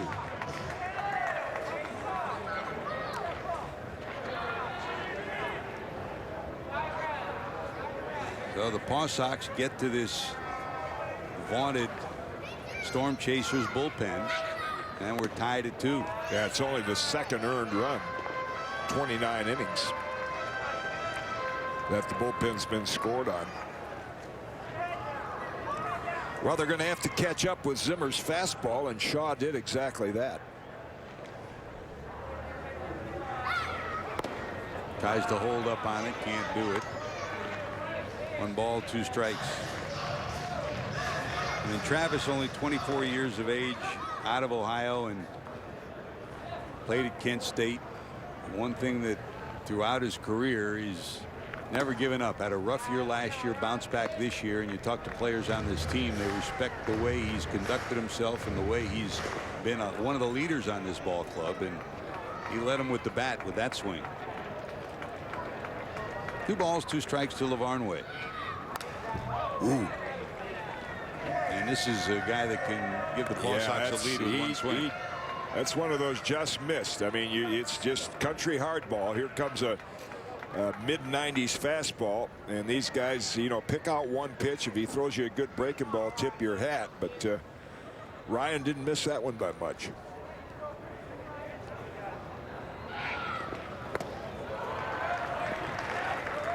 You got him for strikeout number 3 on a breaking ball.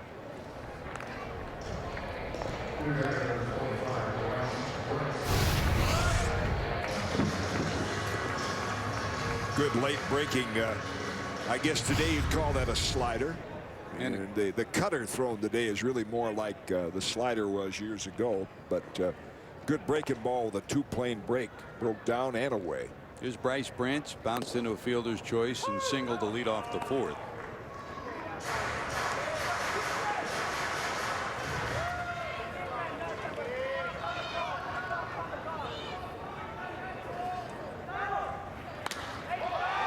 High in the air to center field. It'll stay in the park. Camped under it is Orlando. He's got it. 2 away. Now, another keys to the game we talked about at the start was to give him a lot of action, and I don't think he's had too much, because if you can keep it in the middle of the park instead of let him pull the ball like Shaw did, you got a chance to get through without giving up a home run. Not a big expansive outfield for a great center fielder, but boy, Orlando in those PCL parks can show what he can do. One of the better defenders in the PCL. This Cicchini reached on an infield hit, then was picked off in the 2nd and bounced into a fielder's choice in the 4th. Did that get him? That got him. That had to hurt. 93-mile-an-hour fastball in on the wrist. Another look. Got him on the back elbow. And of course, the hitters today, first of all, you don't anticipate the ball coming in because hitters don't get pushed off the plate as much, but also the way hitters take pitches today is different. They use their upper body a lot more, expose the upper body, as opposed to striding and turning the back, turning your back to the pitcher. Watch how that left elbow is exposed, steps straight into it, and then doesn't get the hands back. See a lot of hitters today get hit in the wrist and in the hands, and in that case the elbow. don't think you're going to see Cicchini come out of this game. So with 2 outs, Cicchini on. And here's Corey Brown. Brown today walked and popped up. Cicchini 11 stolen bases on the year, so in a tie ball game here in the 6th. Yeah, you got a tall pitcher, big leg kick, might not deliver it to home too quickly. In there for a strike.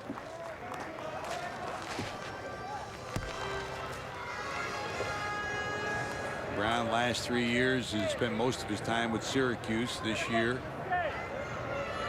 anchor in right field for a good chunk of this year with the Paw Sox. That's wide for a ball, 1-1.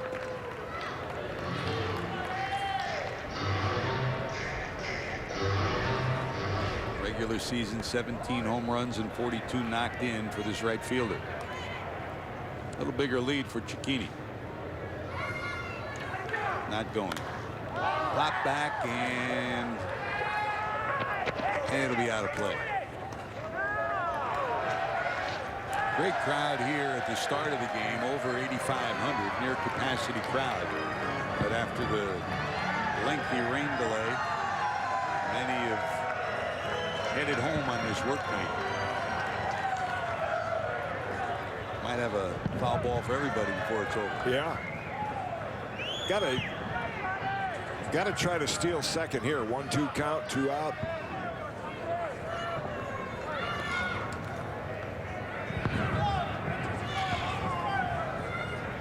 Cicchini off the bag at first.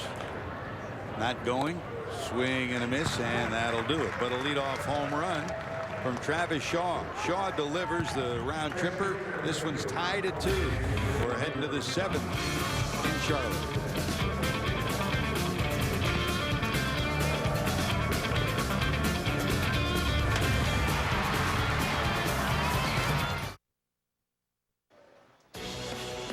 The Gildan AAA National Championship game on NBCSN is brought to you by Gildan, official national partner of AAA baseball.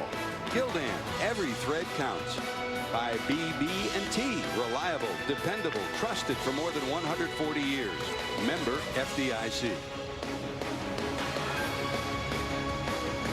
A Sunday morning F1 on NBCSN heads to Singapore, where the best drivers hit the streets for Asia's hottest block party, the Formula One Singapore Grand Prix, Sunday morning at 7:30 Eastern on NBCSN.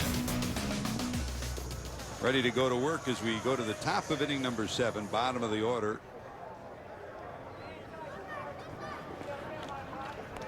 Wrapped up the last inning, and here's the new pitcher for the Paw Sox, a hard-throwing Edwin Rodriguez. Kitty. Yeah, the prospects for Eduardo Rodriguez is to be a part of the Red Sox rotation here soon. They really, I didn't think we'd see him in this series, but with the rain delays and so forth, they're going to use everybody they can. But this guy's got electric stuff. That's ripped towards the left field corner, cut off by Brentz, rounding first, going to second. Merrifield will throw to second, and he's going to be nailed. He must not have seen Brentz throw that. Wow. Man, he's looking out in the left field like, where'd that come from? But bad base running play right there in a tie game, 7th inning. Made way too big a turn. Another great throw from Brentz. Yeah, talk about picture perfect. Gets over there and fields it on the glove hand side, and you see the big turn around first base, and no chance to beat that throw. Here it is. See, way out. Didn't make those. Didn't turn that corner. Save himself a few steps. And it took a perfect throw to get him, and that's exactly what you got from Brentz. Hit was on a breaking ball, and now another one from Rodriguez. He doesn't have command of that. You can tell the way it's kind of slipping out of his hand. He's got a live fastball. 6'2", 200 pounds, 21 years of age. That's a looper over the third baseman into left field, so it's back-to-back hits.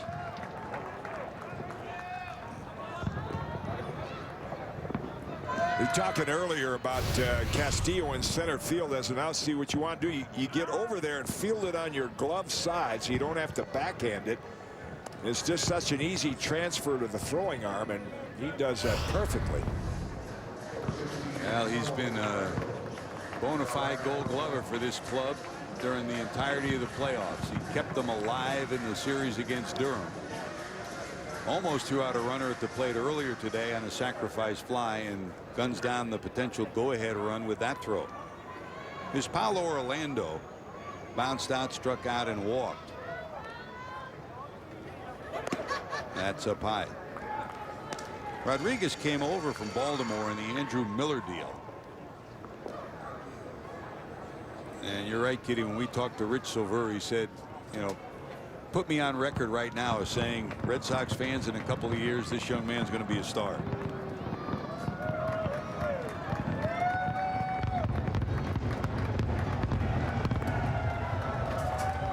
Breaking ball wide. 2 balls, no strikes.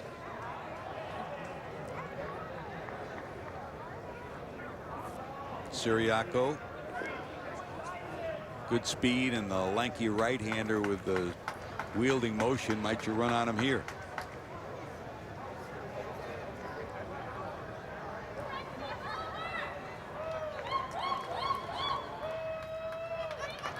Runner not going. Way out in front. 2-1.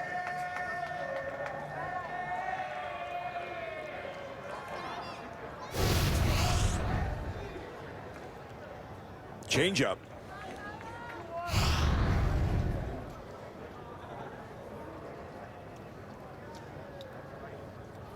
Two ones. Siriaco off first. He's going. Foul, and he had the base stolen easily. 2-2.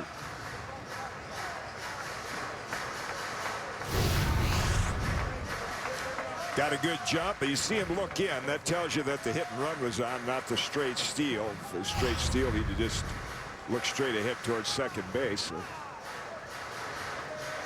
hitter had to swing at that.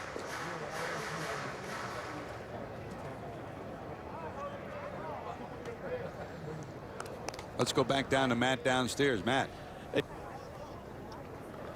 On Paulo Orlando, you know, he's from Brazil, and there's a very small amount of folks that have played in the big leagues that are natives of Brazil, and Yan Gomes of the Indians is one of them, and Andre Rienzo, the White Sox pitcher, the other, and of course Orlando trying to get up there himself.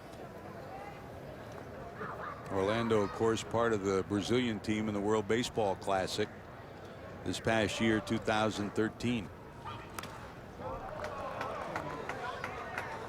Trying to hang in there with a defensive swing. He was solid for this team last year when they made it to the Gildan championship game, and he's back again this year. He's been over 300 during the playoffs and over 300 during the regular season at 301. Outstanding defender, great arm.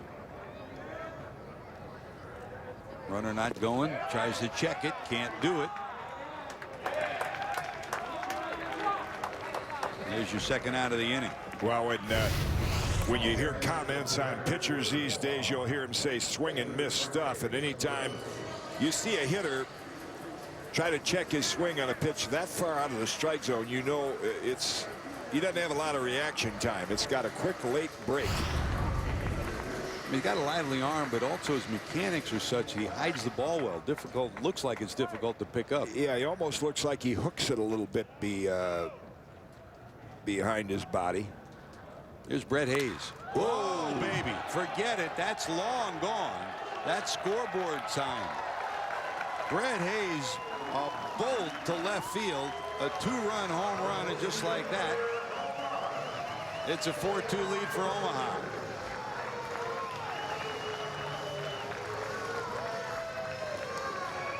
That's not a Charlotte home run. That's out of any place. Yeah, and I guess we shouldn't be surprised. He's the guy that's come up with some awfully big hits on it. Probably the most experienced player, big league player, 30 years old. Looked fastball, got it, and dropped the bat immediately. Yeah, that you didn't need a small ballpark for that one to go out.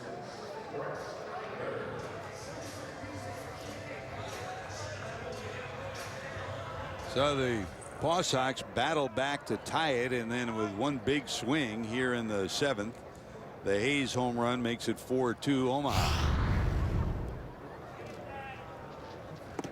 Here's Brett Eibner, the right fielder, fly it out twice to right and then a line to left.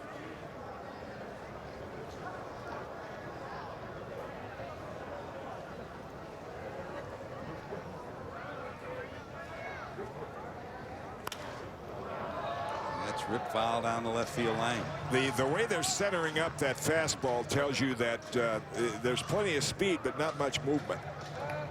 And he hasn't shown that he has much of a breaking ball, and at least he hasn't gotten it over. The one that he got a check swing strikeout was in a good spot, but the rest of them been kind of hangers, so you can see those hitters just sort of sitting on that fastball. Breaking ball down low. 2-1. But when you're 21 years old and that kind of arm, there's coaches that can work with you and improve on those kind of things, make you a big league pitcher. Rodriguez to the stretch. Out in front, swing and a miss.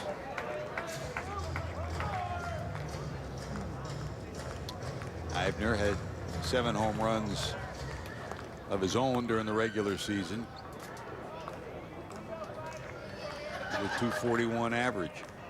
Play him shaded a little towards left and center and straight away in center and right. Did he go? Yes, he did. But the damage done. A 2-run home run from Brett Hayes, and the Storm Chasers have taken a lead. And there's a souvenir in left field after a long bomb from Hayes. 4-2 Omaha.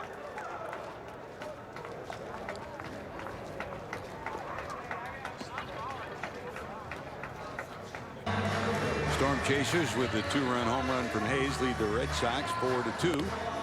Reminder, today's coverage of the Gildan AAA National Championship game being broadcast on AFN, the American Forces Network. We welcome the nearly 1 million men and women of the United States Armed Forces stationed around the globe in 175 countries and on the high seas. We're so proud to have you with us tonight. I hope you're enjoying the broadcast wherever you might be. Thanks for all that you do to keep us safe and to honor our country. There's Devin Marrero, the number 8 hitter, followed by Henry, then the top of the order as we head to the 7th inning. Andrew Triggs comes out of the bullpen, led the Texas League in saves. There you see what he's done with the Storm Chasers. Big side wheeling, kind of a side winding right-hander, 6'4", 220, not a pure side armor, but he steps toward third base and throws across his body, which I think is going to make it a little more difficult for the right-hand hitters to pick up the ball. Not the ideal mechanics you teach a pitcher. Mechanics that eventually led to some kind of an injury. Yeah, I think of my former teammate Dean Chance, who Cy Young Award winner, was like that. Step toward third. Boy, he was tough on right-hand hitters. That's in there for a strike to Marrero. Marrero bounced into a double play and then flied out to left. The Arizona State product. Makes his home in Miami.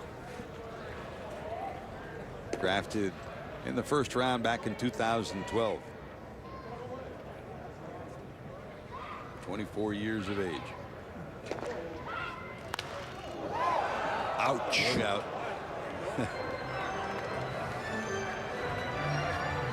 Found the one spot with a whole bunch of fans. Yeah. That'll make your heart skip a beat.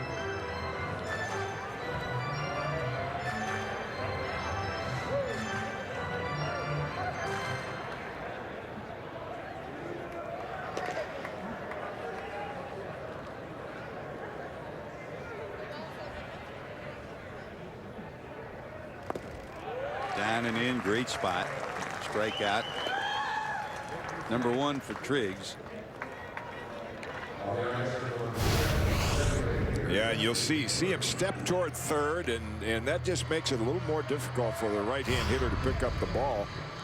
And he's got some good late life on that fastball. That one kind of dove down and in out of the strike zone. Zimmer, by the way, in his 2 innings of work, allowed 1 hit. That was the home run by Travis Shaw, and he struck out 4. You could see why they're high on Zimmer in that fastball. Yeah. There's the DH, Justin Henry.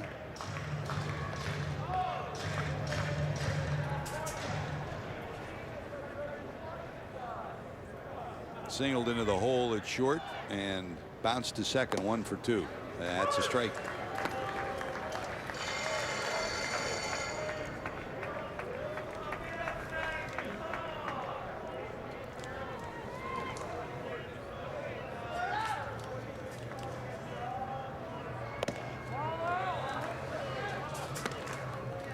The Storm Chasers bullpen, even with the home run allowed by Zimmer, has been outstanding, not just in the playoffs but throughout the season. It's been the heart and soul of the best pitching that Omaha's gotten. Great to have you with us tonight from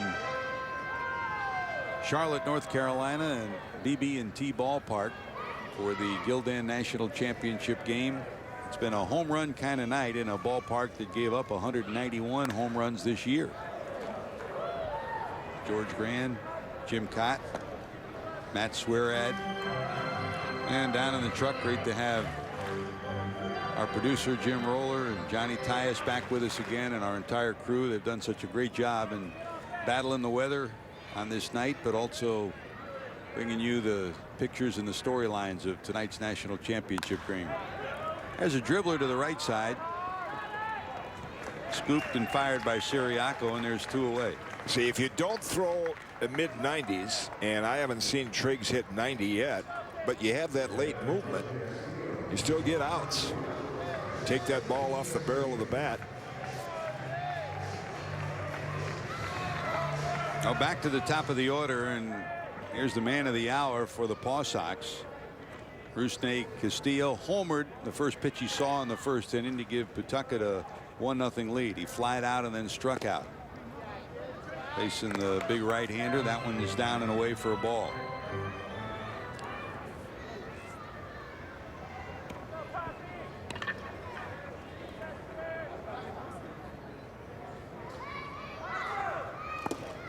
Triggs came out of your alma mater, USC. Fight on. Some pretty good pitchers came out of there. Yeah.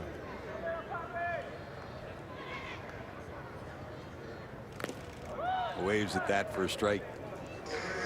And if you look down these rosters, I mean, Ray Tanner, the South Carolina coach, is here. The other SC, national championship coach. You look at these rosters. We mentioned Arizona State, Paul Yanish from Rice. Go down the list. Duke, Travis from Kent State. College programs have meant so much to the growth of professional baseball. Now, it used to be USC, Florida State, Arizona State, and then many others, and now it's nationwide. Not only D1 schools either, but going down to Division II, NAIA, really some great college programs. Junior colleges. 2 balls, 2 strikes to Castillo.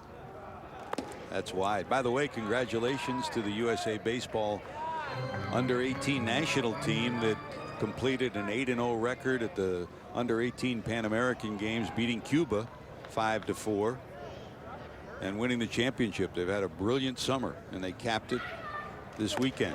That's a call, strike 3 to Castillo, and there's your final out of the 7th inning. 2 strikeouts for trips. Heading to the 8th. Paw Sox running out of outs.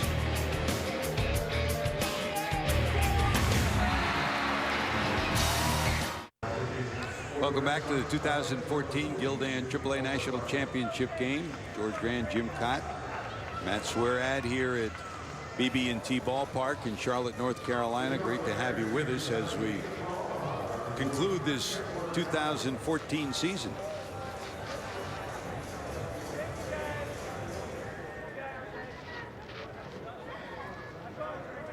And the next in the line of hard-throwing right-handers out of this Pawtucket bullpen.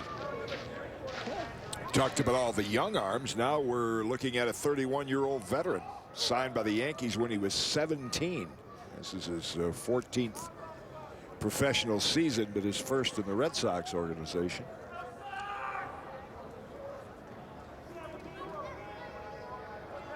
So Valdez ready to deal to the bottom of the order. But this is the part of the order that's done some big time damage. Chesler Cuthbert homered in the second to tie the game at 1. His sacrifice fly in the fourth gave the Storm Chasers a lead 2-1, and then he lined to second in the sixth. Let's dribble to the left side. No balls, 2 strikes. Looking ahead to the bottom of 8. 2, 3, and 4. DeJesus, Shaw, and Lavarnway due up. Tries to check it, can't do it. And there's a strikeout for Valdez. That might have been a splitter. Haven't seen any of those tonight so far. Don't see too many from young pitchers these days, but that looked like a bottom dropped out of it. Let's see if we can pick that up. That might have been a slider. Hard to tell from this angle. First strikeout for Valdez, and here's Matt Fields. Bounced out, single to left, fly to center.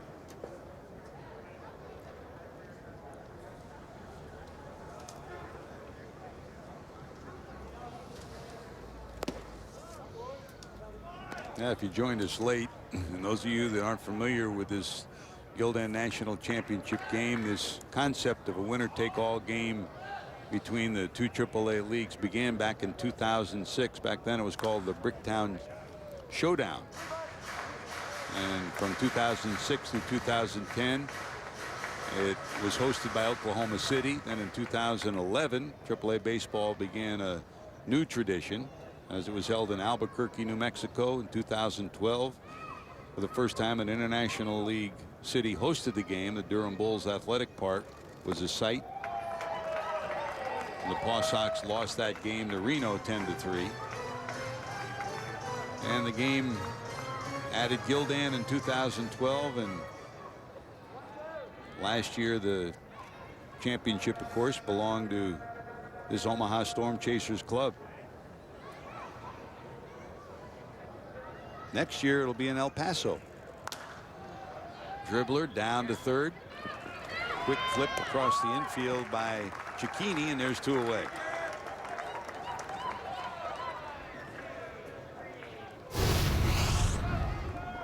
Nice play on the run by Cicchini.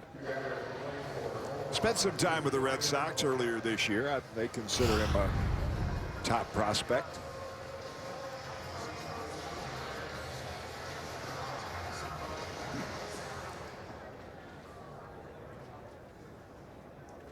Here's the number 8 hitter, Brian Bocock. Bocock struck out, walked twice.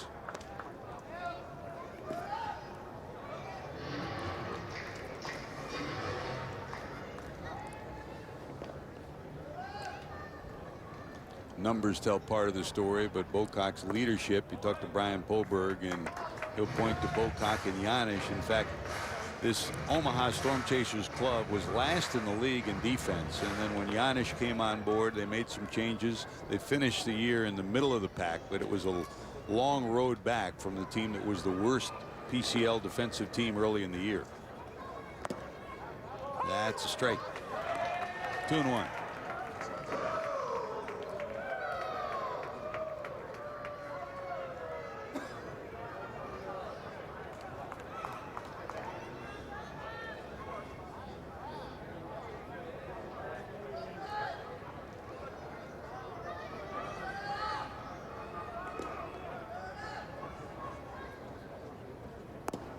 That's a little wide. Bocock, one of those guys you're talking about earlier, Kitty, that he's a baseball lifer. He's 5 straight years he's been on a AAA ball club, and he's contributed to every one. Hopped up right at home plate. Who's going to take charge? Travis Shaw does. He's got it, and that'll do it. 1, 2, 3 for Valdez. In the top of 8 to the bottom of 8 we go. DeJesus, Shaw, and Lavarnway due up.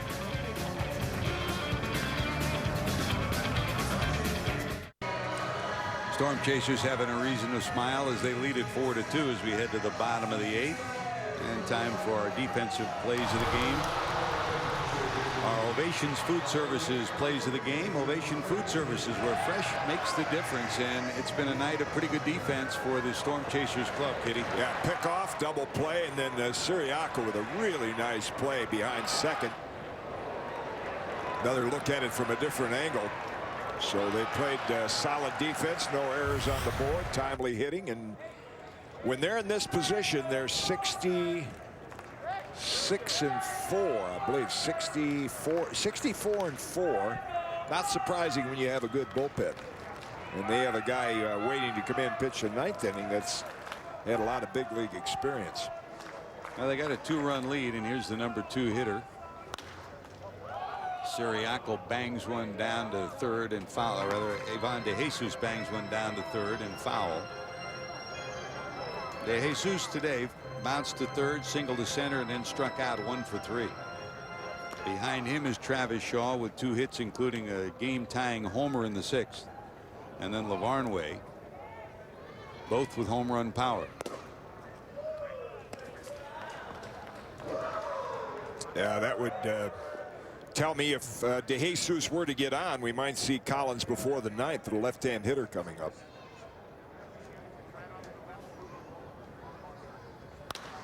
Down to third, foul again. Hugging the line is Cuthbert.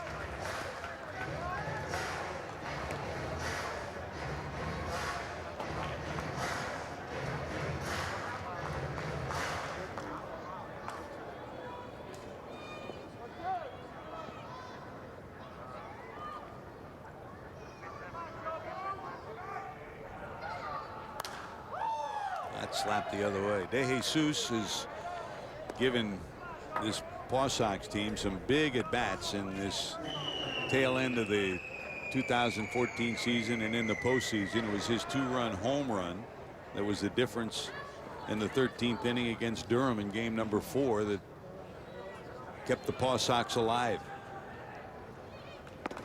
Not this time. Swing and a miss. 1 out here in the 8th. Yeah, and this strikeout will buy Triggs another hitter. Good breaking ball. Like to have a guy coming out of that bullpen. I mean, he could throw high 90s and strike hitters out. That's well and good, but with a lot of movement like this kind of guy, bring in with some men on, get a ground ball double play. And in a home run ballpark, ground balls much more valuable. Here's Travis, singled, flied out, and his homer tied the game in the 6th inning at 2. Here's Travis talking about his dad, Jeff Shaw, and what he's learned from him. Just to be patient. There's going to be rough times. There's going to be good times. Just not get too high, not get too low. That's what he's always told me. He said, just stick to the path. It's a marathon, not a sprint. So everything happens for a reason. He just told me, make sure you stay patient, don't get frustrated. So that's been the main thing he's taught me so far. So, and looking back on it, he's been right so far. So just stick the path, and everything will work out like it's supposed to. Apple doesn't fall far from the tree. Jeff Shaw was a pretty solid performer and a great individual as well.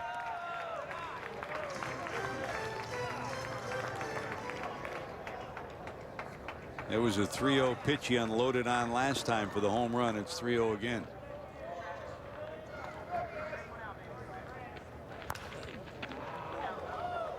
Same idea. Yeah, I was kind of surprised he went at that one because they're down 2. And the one thing you'd like is a base runner because you have a right-hand hitter up next in Lavarnway who's been kind of susceptible to the breaking ball. So Paw Sox probably saying take a swing and see if you can get us one closer. That's ripped in the right, a base hit. It's a 3-hit night for Travis Shaw. And the tying run will come to the plate. It's Ryan Lavarnway. We'll see what Polberg does down in his dugout. Well, even though Collins is a lefty, you got to believe he's capable of getting both lefties and righties. I mean, he hasn't given up a run in the playoffs, and a couple of years ago he was the hot topic of the Kansas City bullpen. Struck out a lot of hitters. Careers just kind of stalled since that year. There's Lavarnway, struck out twice and grounded out 0 for 3, and there's a strike. steady diet of breaking balls tonight from the Storm Chasers.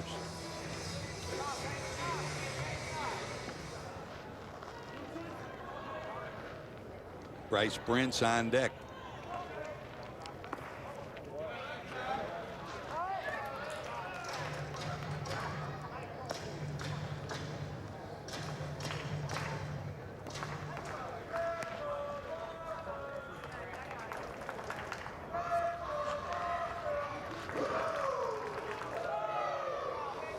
Barnway, California guy who went cross country to play at Yale. He led the nation in hitting as a sophomore. Transitioned into catching as a pro. He's got home run power that can tie this game up with one swing at 6'4", 240.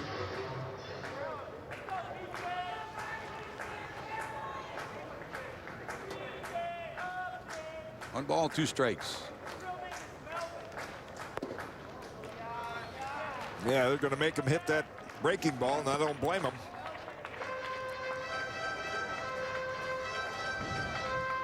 Of course, in this ballpark, if you can guess breaking ball, it's a hard thing to do. Go out there and get it. It's a nice target. About 320 to right center.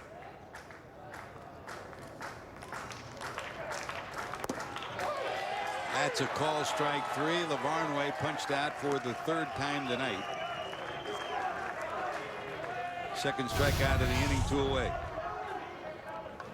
Now they came back with a moving, sinking fastball. And I think Ryan was looking for the breaking ball, too, like we all were.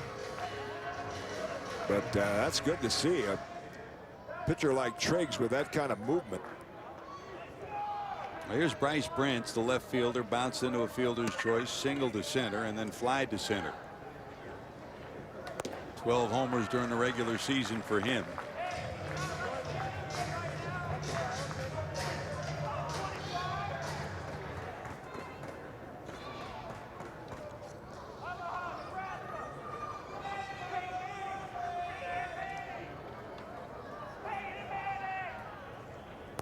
That's a breaking ball away. Now he's saved his team a couple of times defensively in this postseason. Kevin Bowles hoping one swing can get him back into the swing of things here and tie this one up. Short lead for Shaw down at first. That's a strike. Slider machine.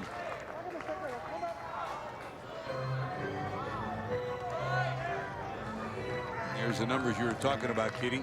65-4 when leading after 8.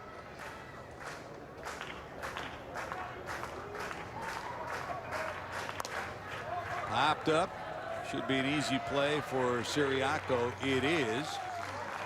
And a base hit by Shaw, but nothing to show for it. 7 left on base for the Paw Sox tonight. They've got only 3 outs left.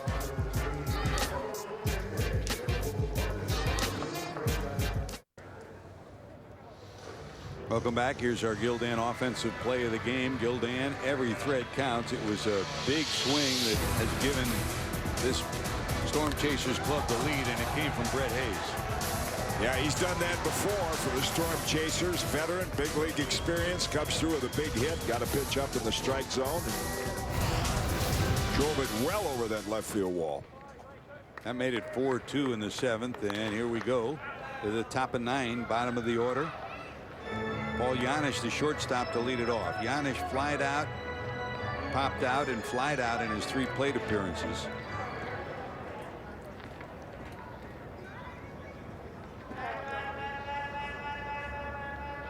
Facing Valdez. Valdez, second inning of work. Talked about the influx of some great college players. This is one of them. Paul Janisch played at Rice for Wayne Graham, and he still says what he learned from Wayne Graham he's taken every place he's been. Coach Graham was a great guy. His best quality was the ability to get the most out of his players, and we all had a tremendous amount of respect for him and still do, and that's probably a lot of the reason why he's had so much success in the game as he's had. But the one thing he teaches you is just to not take it for granted, you know, just to show up every day and give it what you got. And I think now there's more and more Rice guys getting into the systems and having success even at the big league level, and I think that goes to show you what kind of effect he has on his players. Simple formula, don't take it for granted, huh, Kitty? Yeah. Go to spring training every year like a rookie. Trying to make the club. I think Jose Cruz Jr. came out of Rice. Yep. Giannis tossed out by the pitcher Valdez, back to the top of the order.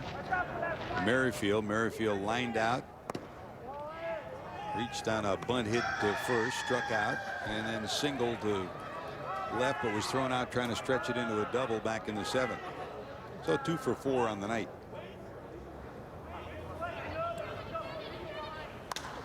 Pop back and out of play. Great to have you with us, George Grand, Jim Kaat. Matt Swearad has been in and around the dugouts and the ballpark all night long, bringing you tonight's Gildan National Championship AAA game. And while we bring it to you on television, we know all of you back home in Paw Sox land and also in Storm Chasers country all year long have been fortunate to have some great young broadcasters bring the game to you. They're here tonight doing the game on radio. Jeff Levering from the Paw Sox broadcast side, teaming up with Mark Nasser and Brett Pollock, sharing the broadcast tonight. Sending it back to all of you at home. Fly ball to left. Under it is the left fielder Brinson. Will haul it in. There's the crew. There's Mark Nasser on the right, Brett Pollock in the middle, and Jeff Levering on the left. Levering, the Paw Sox broadcaster. You know, they're, Kitty, you know it, we see them all the time. There are a lot of outstanding young broadcasters around this great country of ours with a goal and a dream, just like players, just like you. Sure. That want to be a major leaguer. And just because they're not in the major leagues doesn't mean they're not major league caliber, and those young men are right there. Well, look at the Red Sox play-by-play broadcaster right now, Don Orsillo. That was his dream, which he's fulfilled, but he was part of that Paw Sox broadcast team at one time. And there's been a steady stream coming from the Paw Sox to the major leagues. And in addition, Durham, Patrick Keenis, who just their team was eliminated. Outstanding for years. He's been at Durham. You know, Howard Kellman in Indianapolis for over 30 years has been one of the best broadcasters in America. And you go down from one end of the country to the other, minor league broadcasters who do such a great job for their fans. That's ripped to left. Brent's closing on it. Got it. And it's time for last roundup time. Cicchini, Brown, Marrero due up. The Paw Sox need 2.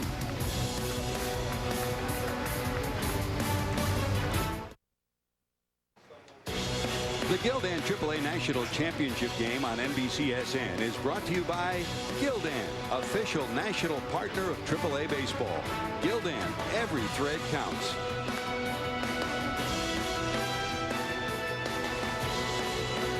From Charlotte, this copyrighted broadcast presented by authority of AAA Baseball Incorporated and the National Association of Professional Baseball Leagues Incorporated for the private use of our audience. Any reproduction, rebroadcast, retransmission, or other dissemination or use of this broadcast, descriptions or accounts of this game without the express written consent of AAA Baseball Incorporated and the National Association of Professional Baseball Leagues Incorporated, está prohibida, is prohibited. Well, Kitty, down to the final 3 outs for this Pawtucket club, and they'll have to do it against a guy who's been no stranger to these situations, the 3-year major leaguer, and who's in to try to close it out, Tim Collins. All-time left-hand relieving strikeout leader for the Royals. Career just kind of stalled here the last couple years, but in the playoffs, perfect. No runs, 8 strikeouts, and a walk in 6 innings of work. The exclamation point to what has been a great bullpen. He'll face Cicchini, who reached on an infield hit, then was picked off in the 2nd.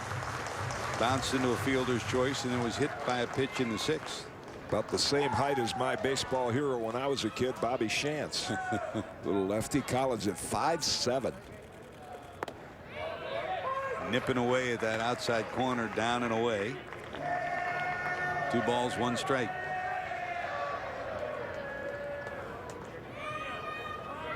Not the size of the dog in the fight, but the size of the fight in the dog, right? And the life in his arm. I like Billy Wagner. Good swing there by Cicchini.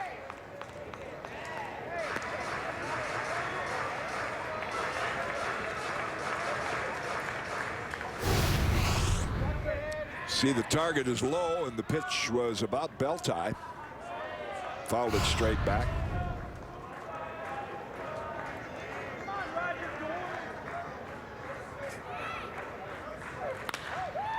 Hit hard down to second. Scooped up by Siriaco, and there's your first out of the 9th inning. Paw Sox have been here before, and they've come back. They'll have to do it one more time to stay alive. Siriaco's been steady. That ball was had a irregular hop to it, so it wasn't just a routine ground ball, but he's made some nice plays at second base tonight. One away, and here's Corey Brown. Key here for this bullpen that's done it all postseason is to keep the tying run off the bases. Brown walked, popped up, struck out tonight.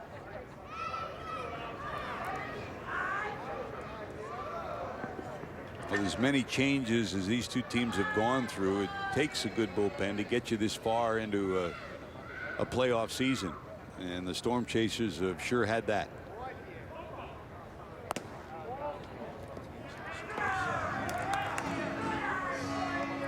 They may have been playing for 6 months. Maybe a long night, Kitty, but they're still up. Yeah, they're both teams top step of the dugout.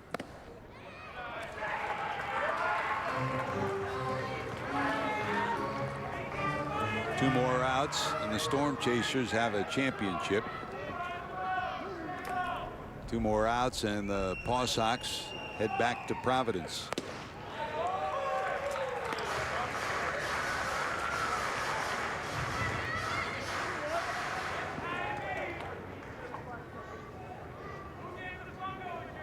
Two balls, one strike to Brown. That misses inside. Out of your book, Kitty. He works fast and keeps coming at you.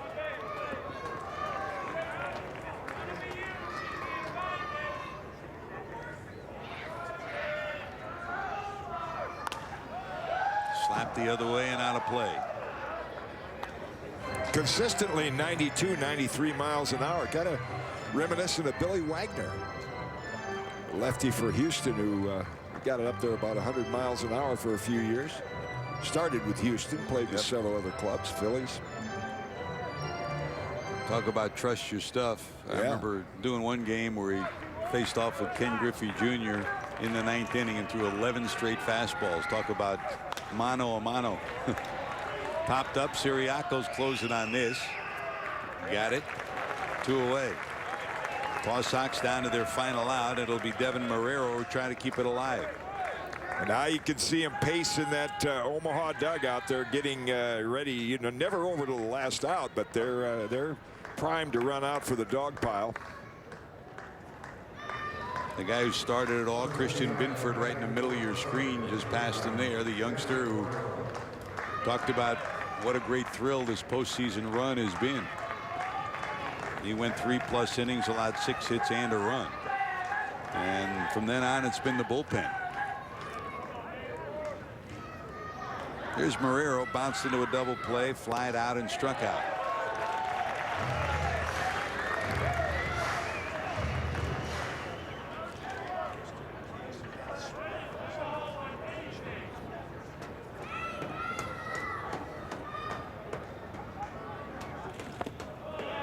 And the dirt. 1 ball and 1 strike.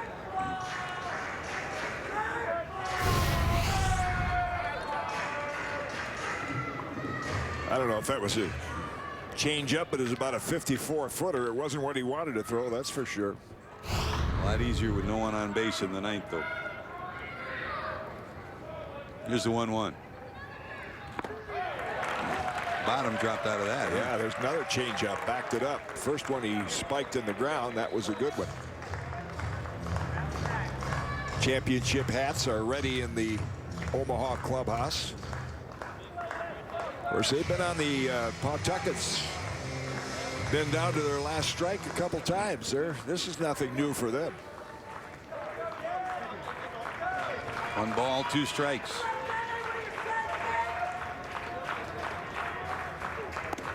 Big looping breaking ball just misses. Yeah. First one we've seen him throw. I think it Might have fooled the home plate umpire as well. 2 balls, 2 strikes.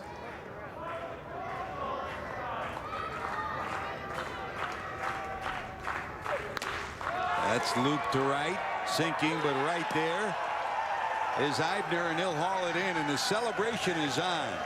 Don't get hurt, boys. Good reason for that group of coaches to congratulate each other, and good reason for the Omaha Storm Chasers to congratulate each other with back-to-back Gildan AAA National Championship game victories. In 2013, they beat Durham 2-1 in Lehigh Valley, and here in 2014, the Gildan AAA National Championship victory goes to the Omaha Storm Chasers, 4-2 over the Pawtucket Red Sox. Yeah, you got to be some happy faces back in Kansas City in the Royals front office. What a tribute to their organization. Back-to-back championships. You saw Edwin Escobar looking out across the field at the celebration for the Storm Chasers. Whole lot more to talk about. We've got the post-game ceremonies, the championship trophy presentation, and more when we return to BB&T Ballpark in Charlotte.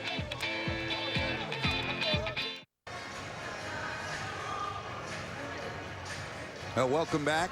Storm Chasers 4 runs, 9 hits, no errors. The Paw Sox 2 runs, 8 hits, no errors.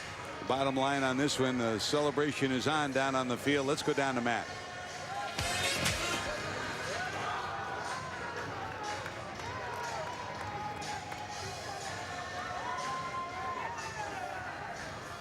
Welcome back here to BB&T Ballpark, and we're going to have the trophy presentation in just a moment. The Pacific Coast League president, Branch Rickey, heading out to the middle of the field to get manager Brian Polberg over here, as we'll present the championship trophy to the back-to-back now AAA national champion Omaha Storm Chasers.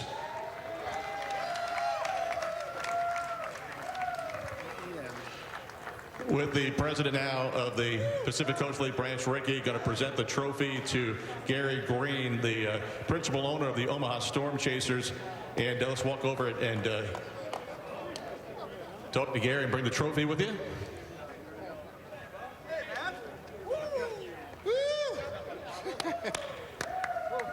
Gary, this is a real pleasure on behalf of AAA Baseball to be able to represent the Gildan Championship, and before giving you this award, I want to thank the Charlotte Knights for hosting the game. Magnificent. A quick word of thanks to you fans for staying so late, and a quick word of thanks to the Pawtucket Paw Sox for giving such a tremendous game. To the Omaha Storm Chasers owner, Mr. Gary Green, the championship award. Gary, back-to-back years.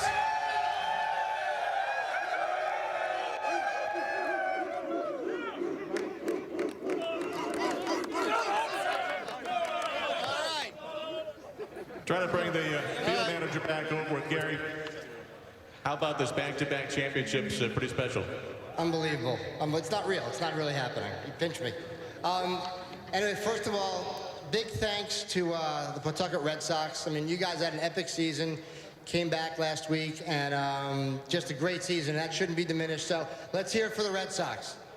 Next year, it's going to be an El Paso back-to-back-to-back. Absolutely. Absolutely. Also want to, this doesn't happen by accident. The Royals obviously have the best minor league system in all of baseball. So thank you, Dayton Moore, Glass family. I mean, you guys made this happen. We're just here. You give us these great players that come in from AA, from AAA. Players get pulled up, and we just keep on getting great players every day. And, thank you for letting us be in your system and allowing us to enjoy this. Guys, amazing. You guys are amazing. Doesn't matter who they pull from us. You guys come up, AA, single A. You just play. You just have fun. And that's great. And one last thing, and most important thing, to our fans back in Omaha, like I told these guys the other day, if you could sit in the stands for one inning and see what these people feel and what this team means to this community, you would be blown away. So, congratulations. Let's enjoy it for a long time. Woo! Congratulations. Now I want to pass this on to our leader off the field, Marty Cordero. Bringing the field manager now, also Brian Polberg. Marty, what are your thoughts? Unbelievable. Charlotte put on a great show. Pawtucket, great game. But this is about the players. It's about the fans back in Omaha. So I'm going to turn this over to Brian Polberg. But guys, thanks for a remarkable season throughout all of minor league baseball. Over 42 million fans. And it is the pinnacle right here. And I'm going to hand this off. All right, let's get Brian Polberg in here. And Brian, we talked throughout the night. Congratulations on this AAA championship. And this club's a special club, I know, for yourself. And what's this ride been like? It's been unbelievable. These guys have never given up. The heart that they've shown every day, the camaraderie, the chemistry. They show up and they have fun, and they enjoy being around each other. And when you're around each other every day, you have to enjoy that. But they never gave up once, and I'm very proud of them. And again, I want to thank Charlotte. I want to thank all the fans in Omaha and the Red Sox. Great night, great. We're going to go enjoy this for a long time, but it's all these guys right here. Congratulations. Thank you. Yeah, the Omaha Storm Chasers, AAA national champions, back-to-back years. We will take a break, come back with the presentation of the Most Valuable Player Trophy as well. Stick around. More to come here in Charlotte. Welcome back to BB&T Ballpark here in Charlotte, North Carolina. Just wrapped up the Gildan AAA National Championship game. Back-to-back years now. The Omaha Storm Chasers out of the Pacific Coast League are the AAA National Champions. They beat the Pawtucket Red Sox here tonight 4-2. And now it's time to present the MVP trophy for this terrific ball game here tonight. And with me is Lee Folger, the publisher of Baseball America, to present the trophy. Hello, Charlotte. I'm Lee Folger with Baseball America. We're excited to be a part of the 2014 Gildan AAA National Championship. What a great night here to cap your record-setting season here at BB&T Ballpark. Tonight's most valuable player from Baseball America is Brett Hayes of the Omaha Storm Chasers.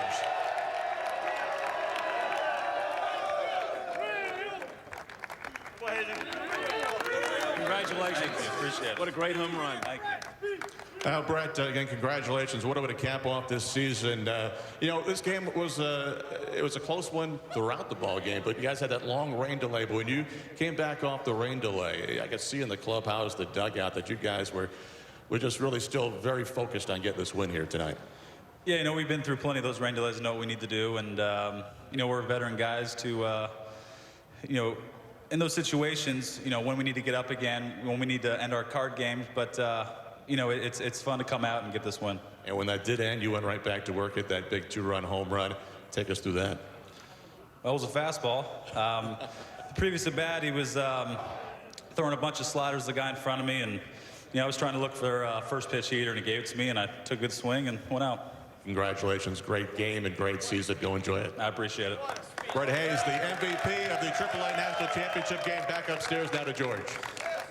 Thanks, Matt. Great job, as always. Outstanding work tonight on a lengthy night, and we congratulate the Omaha Storm Chasers. And, Kitty, you got your World Series ring in '82 with the Cardinals. It never gets old, does it? Boy, you could really tell how enthused these guys were about this game, doing back-to-back. And it's kind of what we expected from Omaha. A few innings out of their starter, and then except for the one home run by Zimmer, their bullpen just shut Pawtucket down. They didn't get enough runs early. We've seen years when the championship game has been made up of more veteran players, but these are two organizations that are stocked with fine young players. It's pretty clear. Boy, we saw some great young arms, and of course we got a quick glimpse at what could be a very dynamic center fielder up in Boston. And he's heading to Boston, as you heard from Ben Crockett. Rusney Castillo will be on his way to Boston. The Storm Chasers will be on their way back home to celebrate. That's a shot that they'll have done many times over, and it'll probably be on the media guide next year when they show up in spring training. Kitty, always great to work with you. It was a joy to be back with you. We had a fun day today. Oh, we sure did. I'll tell you, minor league baseball is it's full of enthusiasm, and it's fun to be a part of. Our congratulations. The Omaha Storm Chasers joined Sacramento from 2007-2008 with back-to-back wins, and the Columbus Clippers in 2010 and 2011. A great year for the Paw Sox. A tremendous year for the Storm Chasers as they win back-to-back Gildan National Championship trophies. 2013 over Durham and 2014 over the Paw Sox. For Jim Kaat, for Matt Swearad, this is George Grant. Good night, everybody. See you at the ballpark.